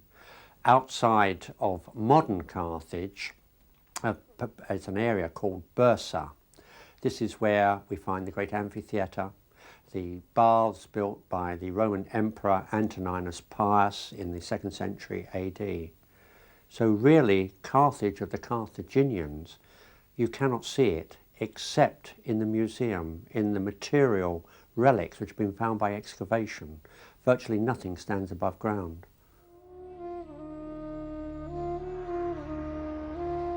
It was also to be excised from the geographical map too. Scipio is said to have spoken to the historian Polybius as they watched the destruction glowing in front of them. "Is this not a splendid sight?" asked Polybius. "A splendid sight indeed, Polybius," replied the Roman. "And yet I am in fear, I know not why, that someday the same order will be given to destroy my own country." Although it was yet some centuries off, the day would come when Rome too would feel the wrath of the invaders. Like Hannibal before him and the people of Carthage, Scipio knew only too well just how fleeting the favors of the goddess of war can be. Packed into the walls of Alesia, the warriors had been waiting since dawn. They knew this would be the end. But even now, it was still hard to comprehend. After months of bitter siege, the last stranglehold of the Gauls was to be surrendered to the might of Rome. The man who symbolized the fall of Alesia was Vercingetorix, brave chieftain of the Celtic warriors. With great dignity, he submitted to the chains of slavery. As he was taken into captivity, the Gauls must have known that their lives too would be changed forever. The age of the Celts was over. Now was the turn of the Roman Empire. The touching sights of the surrender of Vercingetorix at Alesia established Rome as the undisputed master of the Celtic people. By 50 BC, they were no longer free and proud peoples, but citizens of the empire. How the defeated Celts must have rued the day 350 years earlier, when the boot had been on the other foot. In the year 390 BC, the Celtic warriors had carved a Roman citizen army into bloody ruin. It was they who had opened the way into the fabled city itself. Driven into their high citadel, the Roman citizens could only watch in despair as their once proud city was laid waste.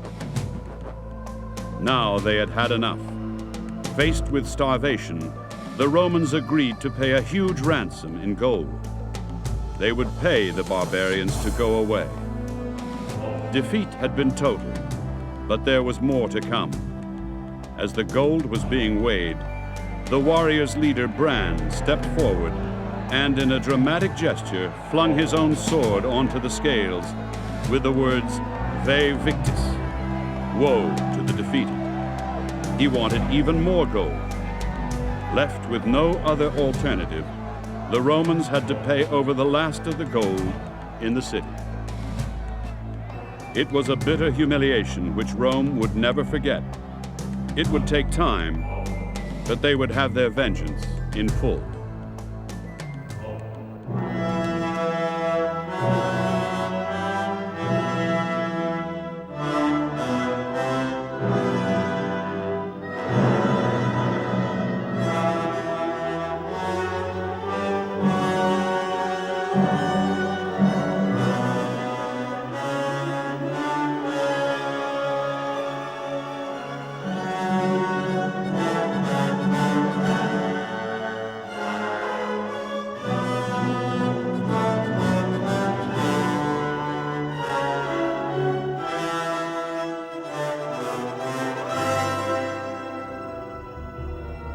The Romans called the invaders, who destroyed their city in 390 BC, the Gauls. The Greeks knew them as the Celtor.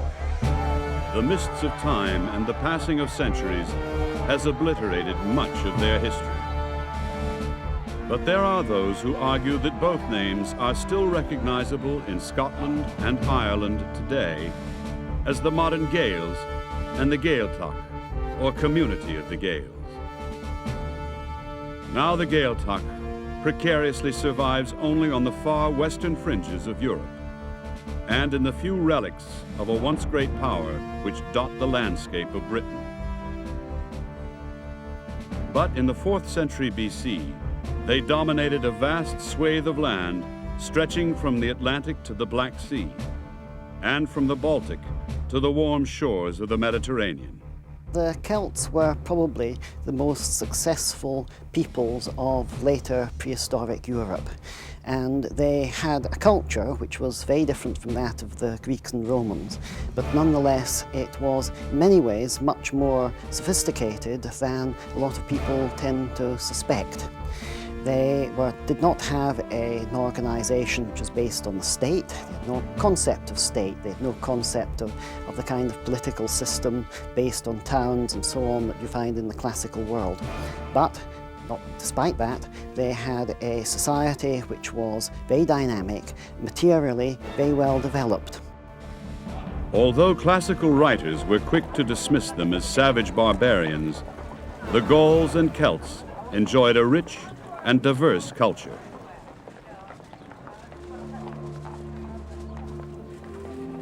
Their society was stable enough to encourage the widespread development of arable farming and consequently enjoyed sufficient food surpluses to support large, elaborately fortified towns and trade with the emerging Mediterranean nations.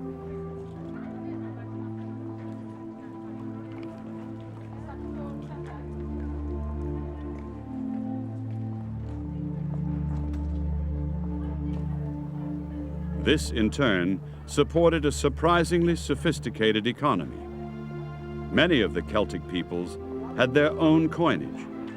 It was the Celts who devised the ringmail shirt, each of which required many man-hours of work by skilled craftsmen. They also made agricultural tools, wagons, chariots, even ocean-going ships.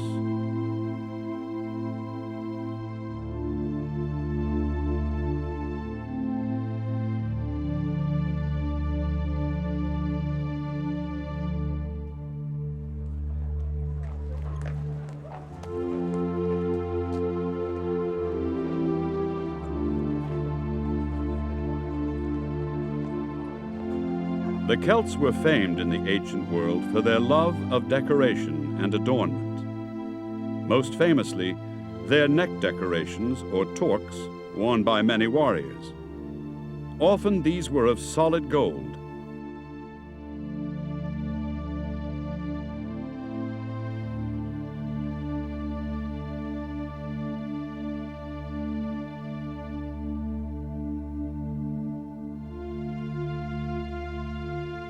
These personal effects usually went to the grave with their owner, as can be seen in this Celtic burial site excavated in France. As one would expect in these troubled times, Celtic society was dominated by the warriors. They formed their aristocracy in much the same way that later medieval societies would be dominated by the knights. The strict divisions in Celtic society are underlined by Julius Caesar's description of the three classes of Gallic society. Looking after the spiritual life of the people were the Druids, or holy men. Even today in parts of Britain, echoes of the Druids and their strange rituals still survive. Eerie monuments like Stonehenge on Salisbury Plain are their lasting legacy.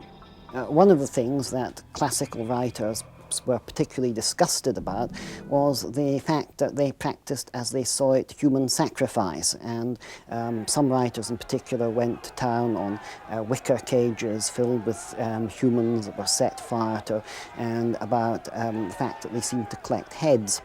Both these things, in more gentler times, people have tried to play down, but the fact is that archaeology has shown all too clearly that human sacrifice was part and parcel of Celtic belief. The next level in society were the plebs, or common people. Lastly came the warriors. Significantly, for this third group, he employed the Latin term equites, or knights, and described how, in times of war, they would take the field surrounded by their servants and retainers. The archetypal Gallic or Celtic warrior was said to be tall and muscular, fair-skinned, with red or blonde hair and blue eyes.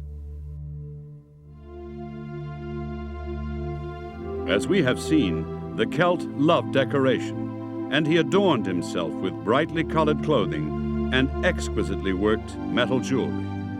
He was supported by his own clansmen, whom he knew he could trust. Warriors were outfitted by skilled armorers who provided them with weapons famous for their quality throughout the known world. Like the later medieval knight, the Celtic warrior was trained from boyhood to be a fanatically brave fighter, prepared to face his foe in single combat. He would fight on foot, on horseback, or even from a fast chariot. All our sources from the classical world looking at the Celts agree that they are war mad. Now, to us this may seem a strange way to run a society, but it's a way of competing and establishing a pecking order, essentially. And with the pecking order come obviously the material benefits of power and the ability to dispose of resources, people, cattle, crops, other goods such as that. When Caesar is writing in his commentary on his invasion of Britain, that he was very puzzled and surprised by the fact that charioteers got out of, rather the warrior in the chariot, got out of the chariot and ran along the chariot pole and got onto the backs of the horses when the chariot was in full pelt, and he thought this was a very daredevil thing to do. What he didn't realise is that this was one of the kinds of feats that they did. This was to impress the enemy with their skills. Although chariots were little used in Europe after the Battle of Talimon in 225 BC, their use was still widespread in the British Isles. As the Romans would later discover to their cost, they could still be very effective fighting machines in the right hands. When it came to a real fight, Celtic tactics were brutally simple. Sometimes stripped naked and painted with woad, the Gaelic swordsmen stood in front of the battle line, while behind them were ranged their clansmen, armed with spears, bows, and slingshots. At the start of a battle, they would stand for a time, slashing their long swords, yelling abuse, and rhythmically clashing weapons against shields in a calculated attempt to intimidate the enemy. When it was plain that the enemy had been softened up psychologically, the warriors and clansmen rolled forward in an advance which steadily gained in momentum until it became a full-blown charge. If at this stage their opponents showed signs of wavering or even began to break and run, then the charge would be continued until they got in among the increasingly panic-stricken fugitives and mercilessly hacked them down with their swords.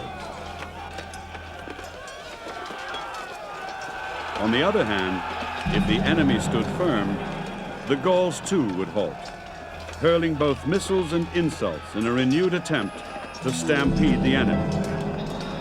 If this still failed, they would then fall back to their original position and start the process all over again, repeating it as often as necessary until they were successful, or the enemy counterattacked. It was a tactical doctrine which could bring about spectacular victories if the enemy panicked. But it could just as easily result in utter disaster if the enemy held firm. For the majority of the next 400 years, that enemy was to be the Roman army. In its early years, the Roman army was a citizen militia organized on classical Greek lines. Time and time again, it was to prove no match for the ferocious Gallic charge. In 104 BC, however, in the wake of yet another defeat at the hands of a Celtic army, the Roman general Gaius Marius completely restructured the Republic's army. The short-service militiaman was replaced by a heavily equipped and well-trained professional soldier. There is indeed evidence from antiquity that something very important happened in 105 to 104 BC. This is that because of very major military threats from the Celtic and Gallic and Germanic tribes to the north, Gaius Marius, who had already achieved success in defeating the Numidians in what is called the Jugurthine War, started to raise new soldiers in order to fight in the north. Again, it was a prestigious and potentially profitable way of life, one which in many ways was preferable to the existence of a subsistence peasant farmer. Clearly there were risks. You might get killed, you might get maimed, but the potential rewards were equally great. With the restructuring by Marius, here at last was the backbone and foundation of an empire. On the battlefield, too, the army was thoroughly reformed. In place of the old system of lining up their army in 3 battle lines, it was organized into the famous legions of Rome. Each legion initially comprised of 10 cohorts or battalions. Ironically, in the early days, the men were often issued with Celtic-made mail shirt and helmet. But unlike the volatile Celtic warriors, the Romans were to learn to rely on discipline and sheer staying power to defeat their fearsome opponents. But it had been a long road. The first reported incursions by the Celts in Italy occurred about 400 BC. Taking advantage of the instability resulting from the expansion of Rome in the peninsula. The first to arrive were the Insubrans, who made their capital at Milan.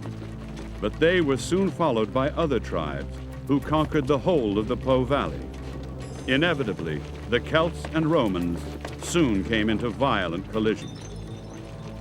In 390 BC, a Roman army was destroyed just 10 miles north of the city, and a jubilant Gallic army then proceeded to plunder and burn Rome itself. As we have seen, the Celt war leader Bran allowed his army to be bought off with gold, and Rome was allowed to recover. It was a costly mistake. The Romans would ultimately exact a terrible revenge for the humiliation inflicted by Bran and the Celts.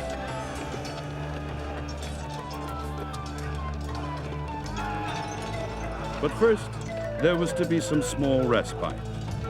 Distracted by the long drawn-out Carthaginian wars, Rome ignored the Celts.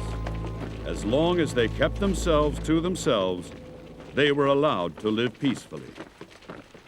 This situation prevailed until the southward migration of 2 tribes, the Cimbri and the Teutons, precipitated a crisis which would eventually lead to the destruction of the Celts.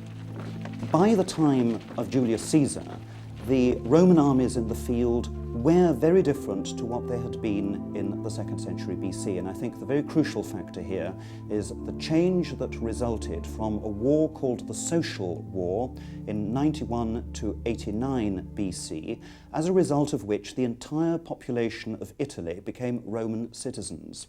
And that meant there was a much larger reservoir of manpower for the Romans to draw upon. It resulted in considerable problems for the Roman government, but I think this was one of a number of factors that led to a general change. Conscription did not, in fact, come to an end.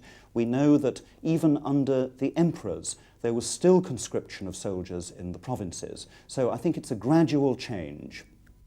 The new reformed Roman army proved to be ruthlessly efficient.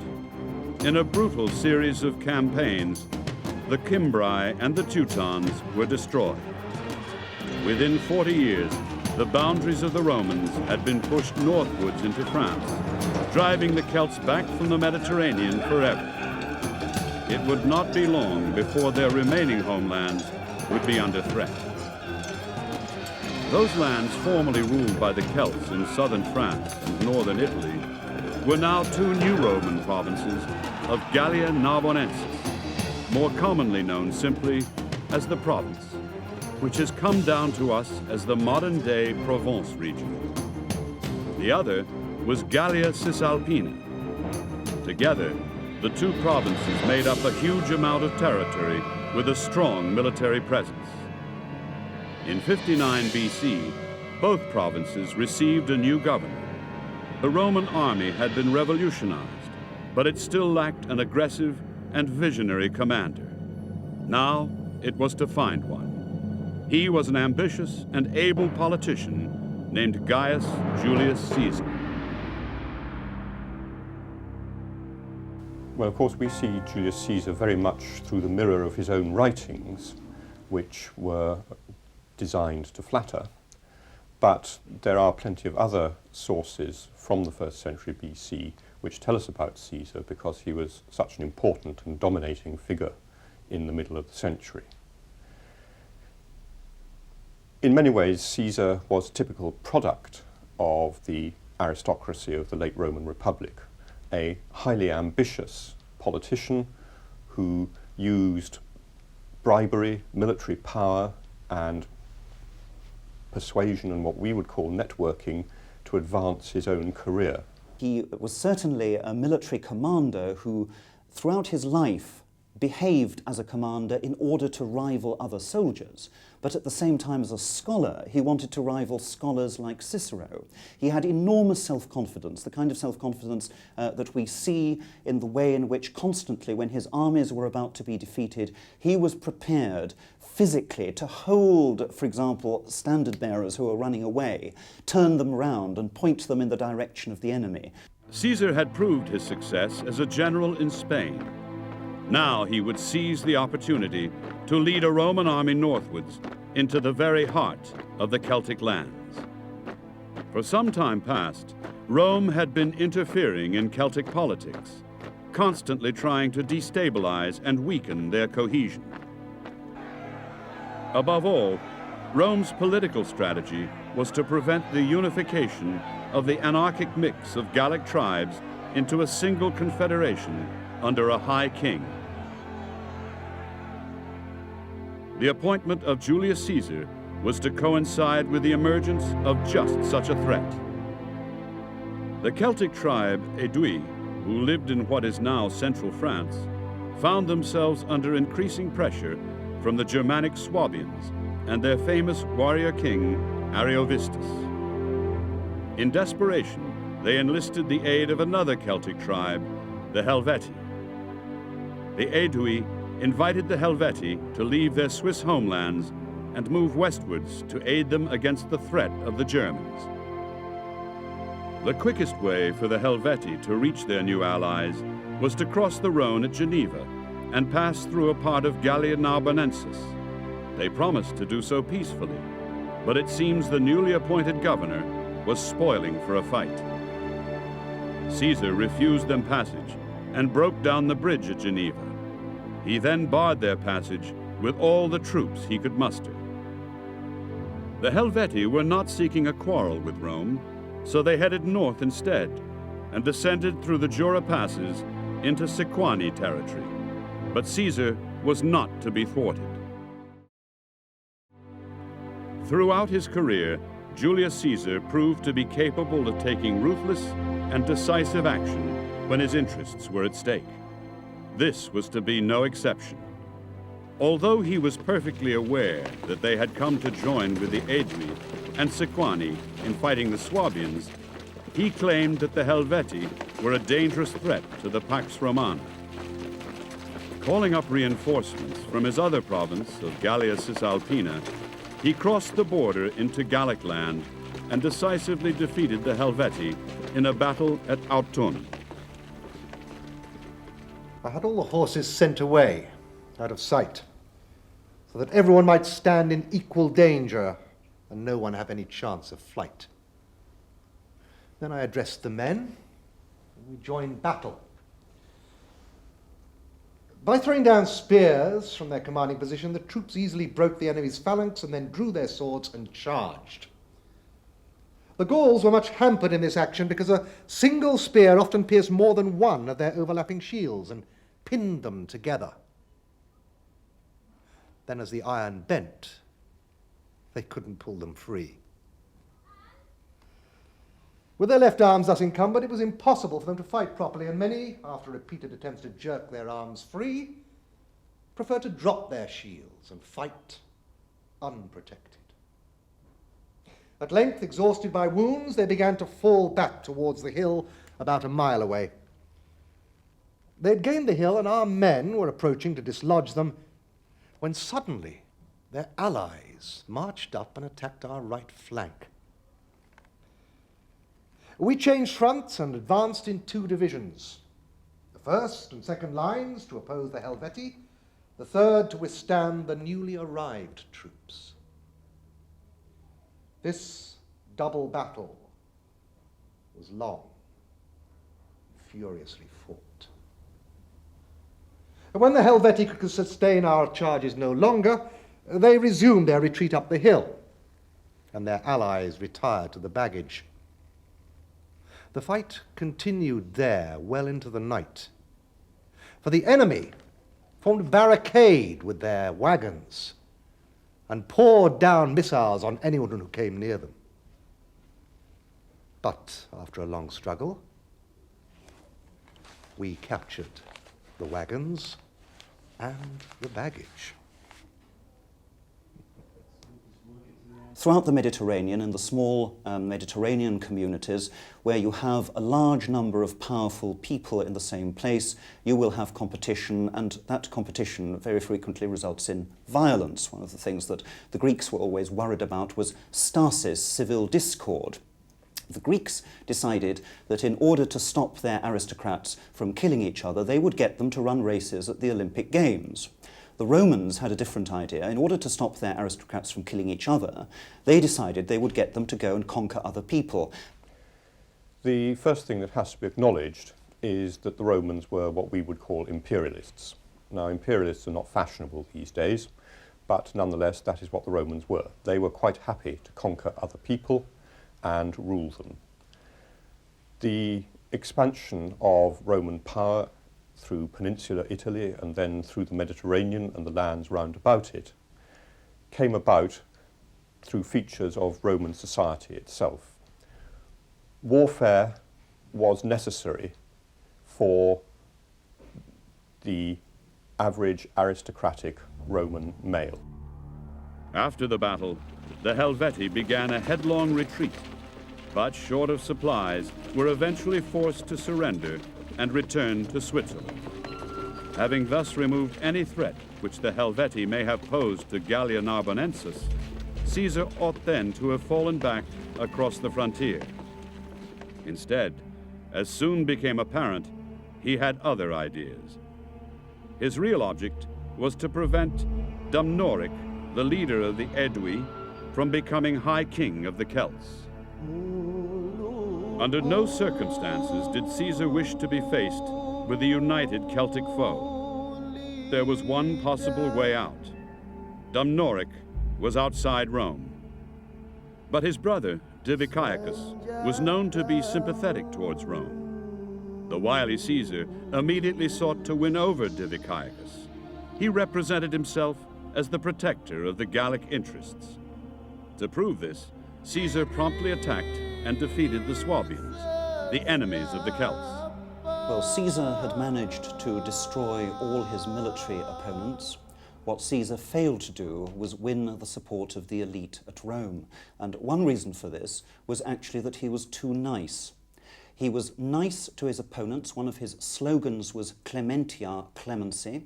So in order to reintegrate people who had fought against him in the civil wars into his republic, he gave them political offices, he gave them honours, but at the same time, of course, he had to reward the supporters who had helped him to win that victory. And that effectively meant there just weren't enough jobs to go round. The defeat of the Swabians was so far so good for Caesar. Next, he attacked the Sequani, and then on the pretext that he was upholding the wretched Diviciacus's claim to the kingship of the Aedui, he embarked upon the systematic subjugation of all the Gallic kingdoms west of the Rhine.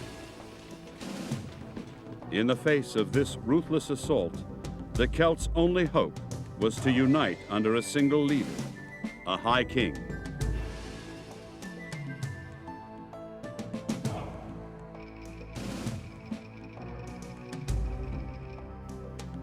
By association with Caesar and his brother, Dumnorix had been neutralized.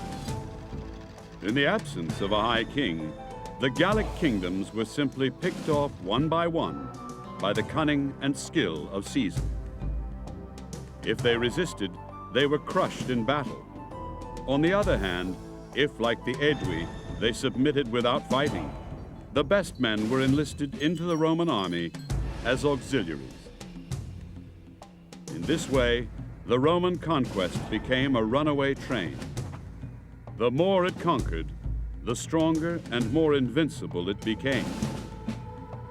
Nevertheless, all did not always go entirely the Romans' way, and even Caesar had some anxious moments.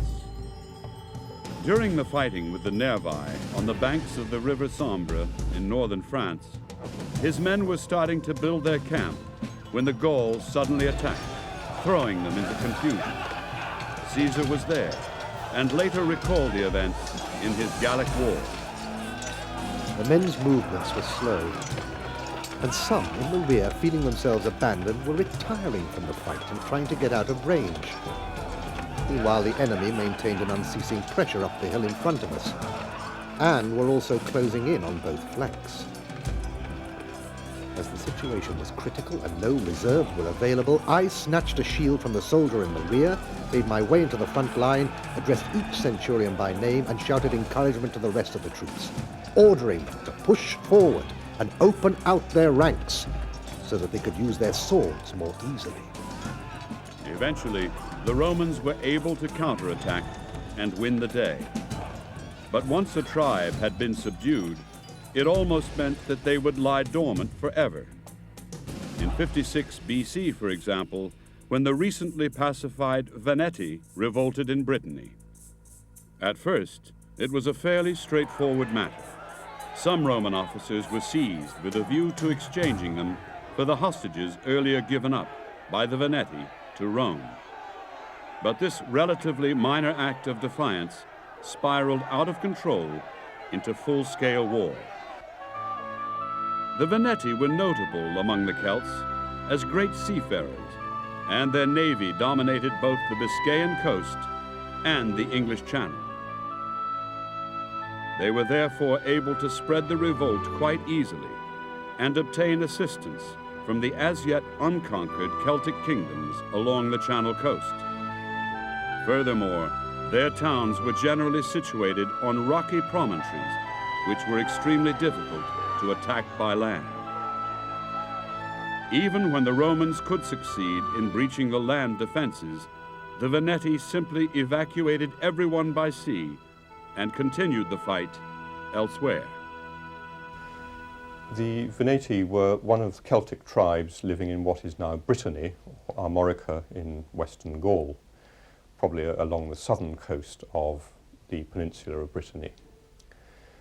Like many coastal people, they clearly relied heavily on seafaring and navigation as part of their way of life.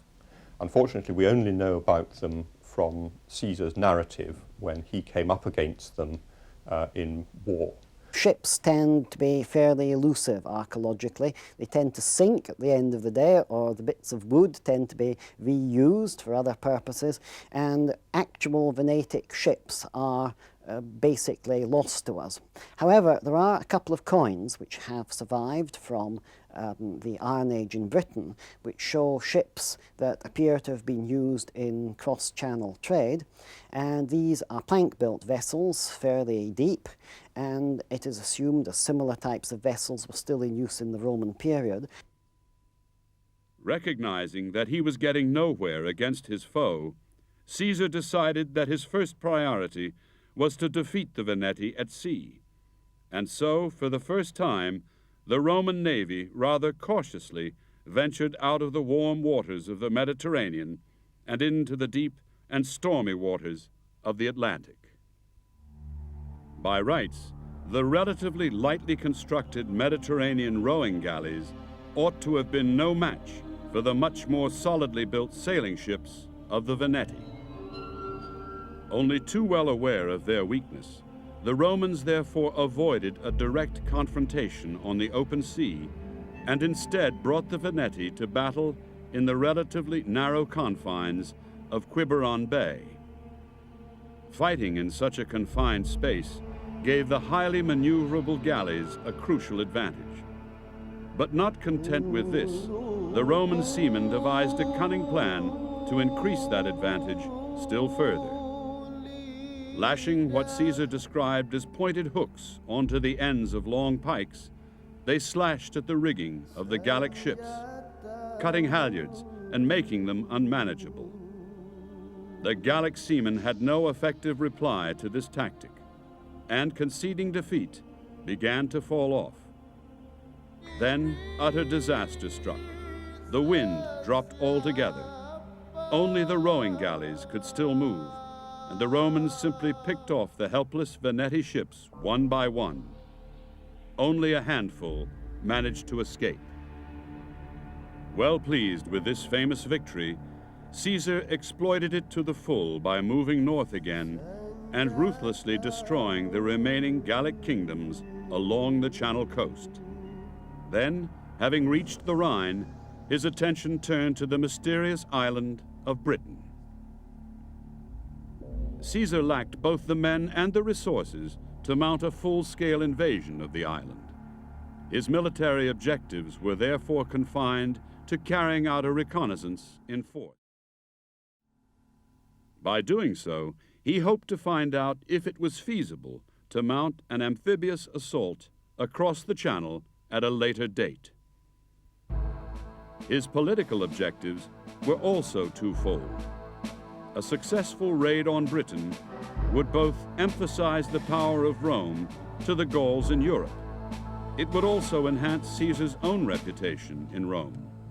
His campaigns against the Gauls in France were creditable enough, but to venture across to an island steeped in mystery on the very edge of the world was a very different matter indeed. Caesar left the world completely. He left mainland Europe. He went to this mysterious island in the ocean of the rim of the world. To go to Britain is actually to go further than the known world, and this is what Caesar wanted to do. But neither expedition was much of a success. The dangers of expanding his fleet to the wilder waters of the Channel were emphasized by a great storm which destroyed many galleys. How fortunate the Roman navy had been to avoid a battle against the Veneti in the open sea. Although Caesar was later to claim some tactical successes from his British invasion, the Gauls were unimpressed. The Romans and their great general had failed to conquer the British kingdoms. Inspired by this show of apparent weakness in their Roman overlords, a massive revolt broke out in the Auvergne in 52 BC. was led by the man who was to be Caesar's most formidable opponent, Vercingetorix.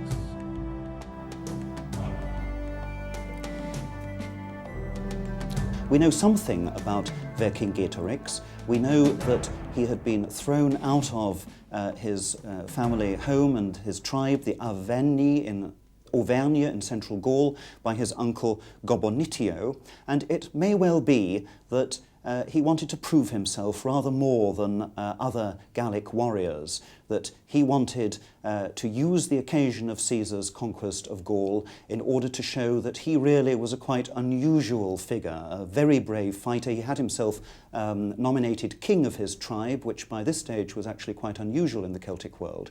And perhaps what he really wanted to do was not really get rid of the Romans, but rather prove that he wasn't the failure that his family had stamped him as when he was younger. Thus far, Caesar had been spectacularly successful in picking off the Gallic kingdoms one by one. But now, Vercingetorix assumed the role of High King. Uniting the Gauls under his sole leadership, the war was renewed with increased ferocity. It was a measure of the High King's power and sheer ability that he was at first able to restrain his followers from rushing straight into battle with the first Roman army they encountered. Instead, he fought a war of scorched earth and guerrilla tactics. Avoiding pitched battles in which Roman discipline might have prevailed over Gallic fury, he instead burned villages and stripped the countryside of supplies, forcing the Romans to rely upon increasingly vulnerable supply columns. Only the large Gallic towns were vulnerable. Their large populations and industries could not simply melt away into the vast forests as rural communities did.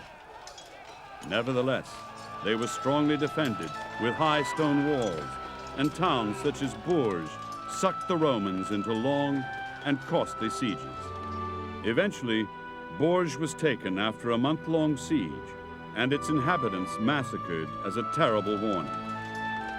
Undismayed by this bloody war, Vercingetorix lured Caesar into a near disastrous defeat at Gergovia. Although he knew that Vercingetorix and his army were in the area, Caesar was determined to capture the place. By ignoring the determination of his enemy, Caesar was to come close to disaster.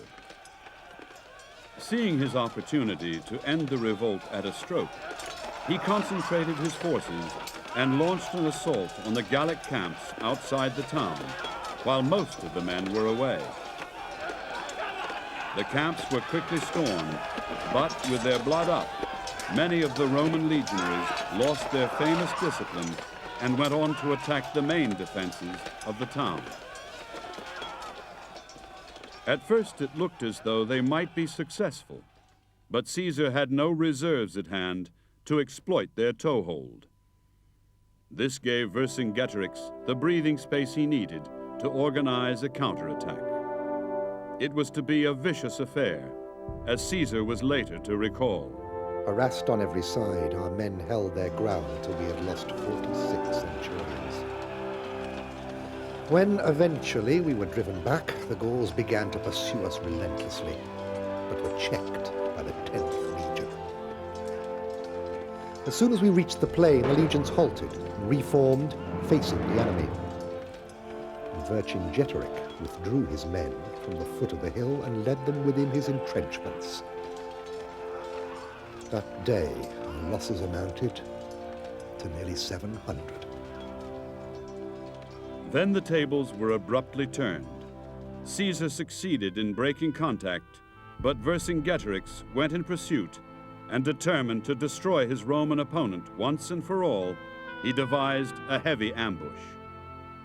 Unfortunately, as so often happens in warfare, what should have been a diversionary attack developed into the real thing. Vercingetorix only intended to separate Caesar from his baggage, but instead his men got out of hand, and a full-scale battle began before he was ready. Once again, Roman discipline prevailed in the end. Badly beaten, it was Vercingetorix's turn to retreat. It is a measure of just how badly beaten the Gauls were that Vercingetorix was driven back to seek refuge in another well-fortified town, Alesia. The days of guerrilla warfare were now behind him. Far from providing safety, Alesia was to turn into a death trap. This time, Caesar had no intention of repeating his mistake at Gergovia. With Vercingetorix safely sewn up within its walls, he could afford to take his time and conduct a proper siege aimed at starving the defenders into submission. The greatest siege of the ancient world was about to commence. Alesia stood on a lozenge-shaped plateau, on three sides of which were deep valleys, and on the western side was a small plain, about 3 miles broad. Caesar encamped his legions on the hills around the town, and after building a ring of 23 forts, he set his soldiers to digging a great series of ditches and banks, linking them all up in a continuous line. A timber palisade was built on top, and a network of small pits, man-traps, was dug in front of the lines. Before the town was completely sealed off, Vercingetorix succeeded in sending his cavalry away to bring help. In the knowledge that they would certainly send a relieving force to come to the aid of Alesia, Caesar then set about constructing a second series of defenses. This time, they faced outwards, protecting the Roman camps and siege lines from just such an attack by a relieving force of Gauls. With the siege lines drawn tight, starvation stood at the door of every dwelling. Food soon began to run short in the town. Vercingetorix responded by expelling all those who could not fight, the old men, the women, and children. Caesar refused to accept them, and Vercingetorix refused to readmit them to the town. Some historians claim that the wretched townspeople then starved to death, but Caesar's own account suggests that the final battle took place so soon after this incident that they may well have been saved by the Gauls' eventual defeat. But first, there was a great deal still to be played out in the drama. As expected, a large relieving force had been assembled out of all the Celtic people. This huge force was banded together under a leader named Commius. They advanced and struck a hill not a mile away from the Roman lines. Caesar now faced a problem, so he split his forces to guard both the inner line of fortifications and the outer one as well. At first, the Celts simply attacked the ramparts head-on in their usual reckless fashion. But when it became obvious that 2 Roman legions were stretched to their limits, they switched their tactics. Under cover of darkness, a substantial detachment moved around to the back of the legionary camp, and next day launched an all-out attack. While the main body of Commius's army again assaulted the outer ring of defenses, Vercingetorix sallied out of Alesia to attack the inner defenses. The new attack actually succeeded in fighting its way into the legionary camp. At the second attempt, the outer line was breached. The ditch was leveled, and the Celts brought up the last of their reinforcements to exploit their breakthrough. It was a critical moment in the battle.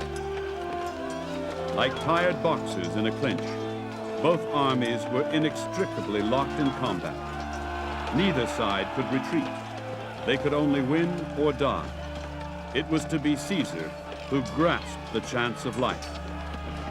When I saw that my men were weakening, I sent Labienus to their relief with 6 cohorts, telling him to remain on the defensive if possible, but if he could not hold the camp by any other means, he must withdraw some other cohorts and counterattack. Meanwhile, I visited other parts of the lines, urging the men to hold out. On that day, I said, on that very hour, depended the fruits of all their previous battles. As the struggle grew fiercer, I led up a fresh detachment in person. We renewed the fight and succeeded in repulsing the attack. I then went to the aid of Labienus, taking 4 cohorts from the nearest redoubt, ordering part of the cavalry to follow me, and sending another detachment to ride around the outer lines and attack the enemy in the rear. The enemy knew I was coming by the scarlet cloak which I always wore. And when they saw the cavalry squadrons and cohorts following me down the slopes, they joined battle. Hope had indeed gone for the Celts. Next day, Vercingetorix, accepting that all was lost, came out to surrender to Caesar.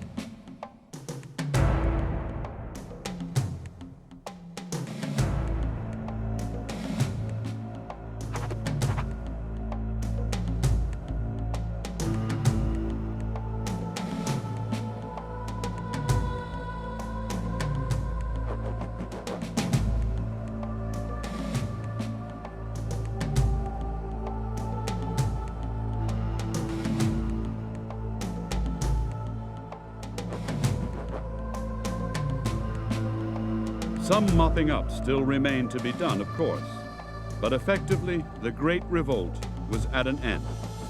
The Celts had finally been destroyed as an independent political entity. From henceforth, they would be absorbed into the growing Roman Empire. The age of the Gauls was past.